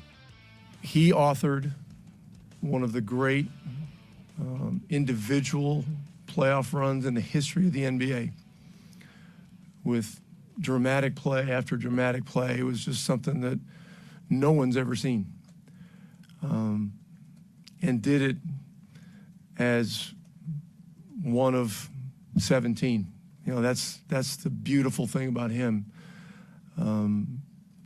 As great a player as he is, it's always a team thing, and so our hearts go out to him. But so proud of everyone. When he went down, I screamed no. And it was right at the same time he was screaming no, no. Yeah, that was tough. It was tough. He laid it all out there, though, and it came down to the last game of the season. Unfortunately, he gets that injury that's going to keep him out, and now his, it's uncertain. Not that he won't come back, but it's uncertain as to when he'll come back. Mm-hmm. What's the timeline on that? Like, is it like 10 months, a year? Yeah. I mean, at this point, being this deep into the season at the end, you would expect that he's going to miss the entire next season. When Kevin Durant had this injury, he was out, and it was a result of what was happening at the time because NBA was, playing their COVID season, so they stretched the season out later, and then they started later. Mm-hmm. But for that timeline, he was out about a year and a half. Other big NBA news over the weekend, Kevin Durant was traded from Phoenix to Houston. This is KD. Yes. A lot of heartbroken Suns fans right now. What would you like to say? That's not true. No, literally, heartbroken Suns fan right over there. What? I just felt like, they wanted me to go. So it's like, I'm glad we both, they got what they wanted and I got what I wanted. So we can move on, and good luck to them going forward. And I always remember my time there, but we on something else. That was from Fanatics. I forgot the official name of it, but it's like a fan fest. Uh-huh. And they have some, like any athlete you can think of, they're all there. And KD actually got the news while he was there at the event, and so he was being asked about it. Yeah, that thing was all over my feed this weekend. Different events and different. Did you see the Joe Burrow throwing the baseball? Yeah. Oh my God, that was terrible. Tom Brady, LeBron, they did a live episode of The Shop, and Tom Brady was on it. Victor Wembanyama was on it. So, yeah, any and every athlete you can think of that wasn't involved in some kind of competition going on, they were there. Golf had Keegan Bradley, the captain of the Ryder Cup, winning in dramatic fashion. One putt. A Keegan comeback, not to be believed.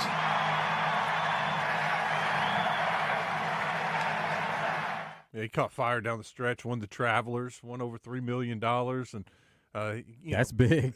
You keep asking the golf people, keep asking him, would you consider playing in the Ryder Cup? And, up until this point, it had been more, he's just focused on being the captain. And now after winning again and showing he's one of the top players, I think his golf ranking's up to number 9 in the world. It's like, you got to play, right? He may just want to sit back and relax. But if it's something that, he feels like he can help the team win, then he may reconsider. And on that clip, you could hear fans in the background chanting it. USA, Yep. USA. Not too far from now. Not too long. And big news from UFC over the weekend. John Jones called us last night and retired. John Jones is officially retired. Tom Aspinall is the heavyweight champion of the UFC. When I saw it today, I said, oh, everybody's going to think this is why he retired. Maybe that is why he retired. Who the hell knows, man? But, yeah, I don't know. These are all questions you got to ask him. We had the fight done. You saw me talking about it very confidently that this fight was going to happen. And then he changed his mind. It's a fight that a lot of fans were looking forward to. John Jones has been a champion for a long time. He has the longest win streak in UFC history. So, there could have been a part of it where and he's fought a lot sparingly, a lot less here lately. And so when you don't get in there as much, you may not feel like you're at your best. And, his legacy was already intact. And maybe this is something that could tarnish his legacy a bit if he did step in and lose that fight. So maybe in his best interest just to go out on top because he's always been on top. Who is he going to fight? Tom Aspinall, who is an absolute beast. So that's why everyone was looking forward to that fight. But now Aspinall he gets the championship, and we'll see where he goes next and who he fights. One other big event over the weekend. This could be 2 in the game. Dickinson, Milam, and that's it. Tiger Town is Title Town again as the boys bring the 8th World Series title back to the Bayou.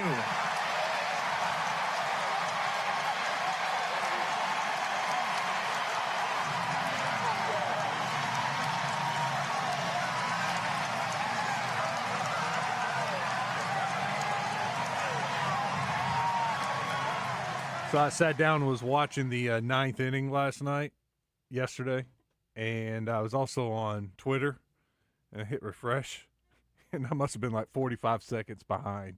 And it was like, LSU wins. I'm like, what? No, they got runner on first. There's only one out.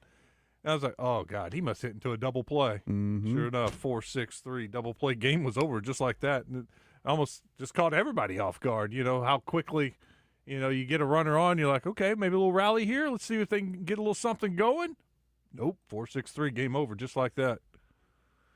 Wish we'd have had the 6-4-3 double play. May have been a different story over the weekend. But game 1, it's like Cade Anderson. Filthy. Yeah, and you're talking a 1-0 game, a game that's hanging in the balance all the way through. So that just made a major difference in the series and their championship altogether because you're that close on the other side with Coastal Carolina winning that game and this possibly being a 3-game series the way, it played out in the result. And then, big time credit to LSU for getting it done in the way that they did. Yep. We were debating watching it, does he go back out for another inning? We were keeping an eye on his pitch count. After the 7th, it was a little over 100 pitches. I think it was 102.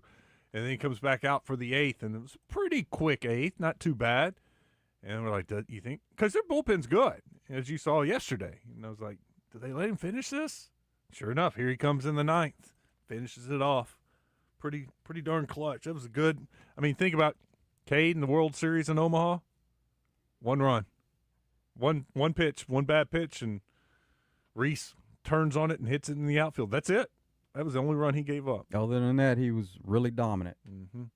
We'll take a break. I see some phone calls coming in. We can take a phone call. We got to hit this, though. Drive Time Sports coming up next. Stick around. We'll be right back.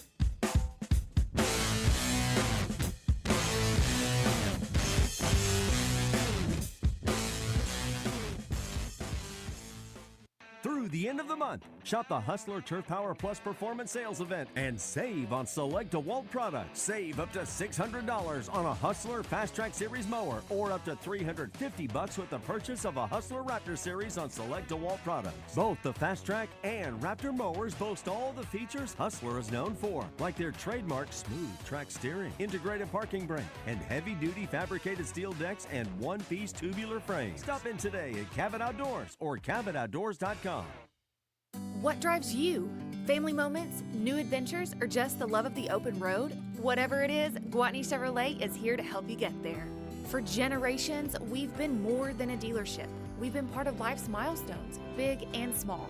With a team that puts you first and a car buying experience that's easy and stress-free, we're here to find the perfect vehicle for what drives you. Visit us in Jacksonville or online at GwatneyChevrolet.com. Chevrolet, together, let's drive. This is the Pigskin Preacher, bringing you the word. Clint Hill became the most famous Secret Service agent in history that fateful day in Dallas when he leaped onto the car carrying JFK and his wife Jacqueline Kennedy. Hill would be haunted for the rest of his life by his failure to protect the president, one of several presidents he served throughout his long, distinguished career. His book is very interesting and worth reading. And Hill has now shuffled off this mortal coil, and we ask that he might receive the rest and peace that eluded him after 11/22/63. Doublebee's makes it easier for you, as you can pay at the pump with your Exxon or Phillips 66 mobile apps at all stores. And that is a lean, efficient way to top off that tank. Doublebee's, where you gas it, grab it, and go. That's Doublebee's. Hi, this is Joe Klein with Corky's Ribs and Barbecue. Whether you are dining in for daily specials like Cheese Dip Happy Hour, driving through for a barbecue bulk pickup order, or prefer our full-service catering, our professional staff at Corky's has you covered. Corky's in Little Rock and North Little Rock. We'll see you soon. And be sure to listen each week when I stop by 1037 The Buzz. It's the first day of the first grade, and she found a new best friend. It's a laid-back Sunday afternoon, you wish would never end. The homemade taste of Bluebell and good friends gathered round.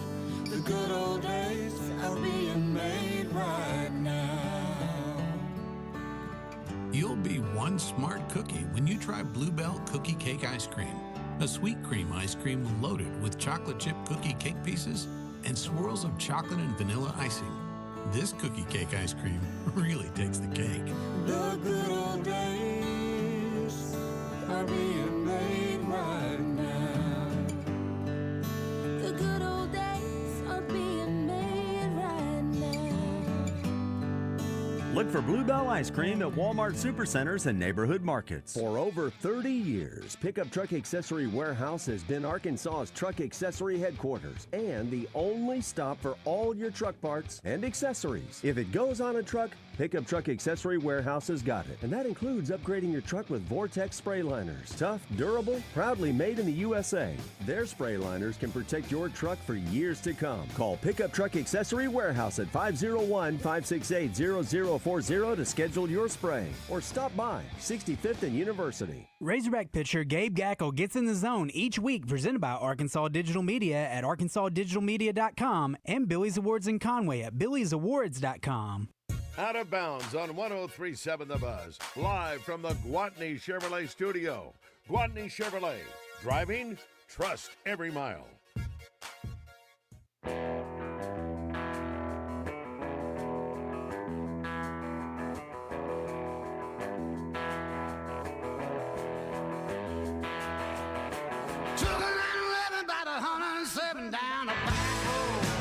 Back at it and wrapping it up. What a Monday. Hope you had a good weekend. Enjoyed it.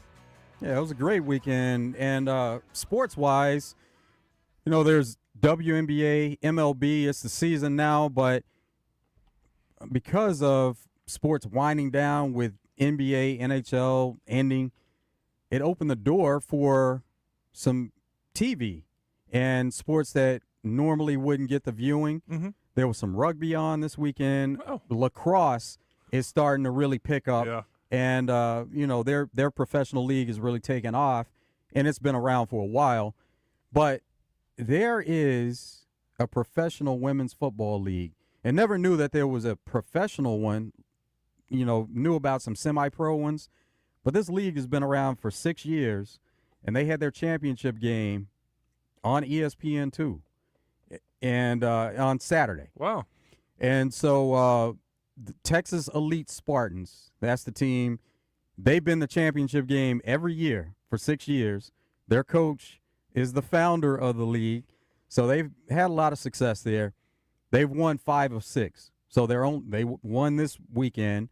Their only loss was last year, but it was a good watch actually too. It was really good. Entertaining, huh? Yeah, just never knew that there was a professional football league out there. Mm-mm. And so now they got that spotlight, and it's really opened some eyes. They have what's called a pick 9. So not a pick 6, but a pick 9. And it's an honor to an ode to Title 9. And even their championship game is called 9 Championship Cup. Do they get 9 points? On any defensive touchdown, it's 9 points. Oh, wow, that's cool. Yeah. It's a little different. And they do something similar to UFL where you can go for 1, 2, or 3. Kind of like that. Hey, on Bet Saracen, they got the Bet on the Goat promotion back. I got an email from them this morning. You got to opt in, place a $5 real cash wager on any pre-match straight bet line or and anything that's available on Bet Saracen. And if one of these GOAT moments happen, you get $25 free cash. I mean, just by betting, you got a chance of getting $25 of bonus cash. Let's see, what was some of the GOAT moments I was looking for? It was like a Caitlin Clark scoring 30-plus in a game. He had Aaron Judge hitting like a 465-foot home run. Mm-hmm. By the way, did you see the wind howling again at the College World Series? Oh, yeah, and it seemed like it picked up after the game was over yesterday. It was crazy. When they were doing the pregame right before they did the Golden Spikes Award, they showed it. They had their laptops. They had basically paperweights all over their desks to hold the papers down because the wind was blowing so hard. It was crazy. And they did actually hit a home run, but it was a line drive right down the left field line that was able to do it. I was looking. Bunch of Major League Baseball games on Bet Saracen right now. And WNBA. Sophie Cunningham do anything over the weekend? Not anything of note. They had a game yesterday that they actually lost to Vegas Aces. It was really competitive game, but Vegas was able to take control fourth quarter, and they won. So Asia came back. That was the key. Yeah. And they've dropped some games while she's been out. They haven't been more than one game under 500 in a while. And most recently they were, so now they're trying to get back. Former co-worker at Fox 16, Nick Walters in Vegas. He was covering the game and talking about the return. All right, that's going to do it for this Monday. I enjoyed it. I hope y'all have a great night. Stick around, though. Drive Time Sports is coming up next.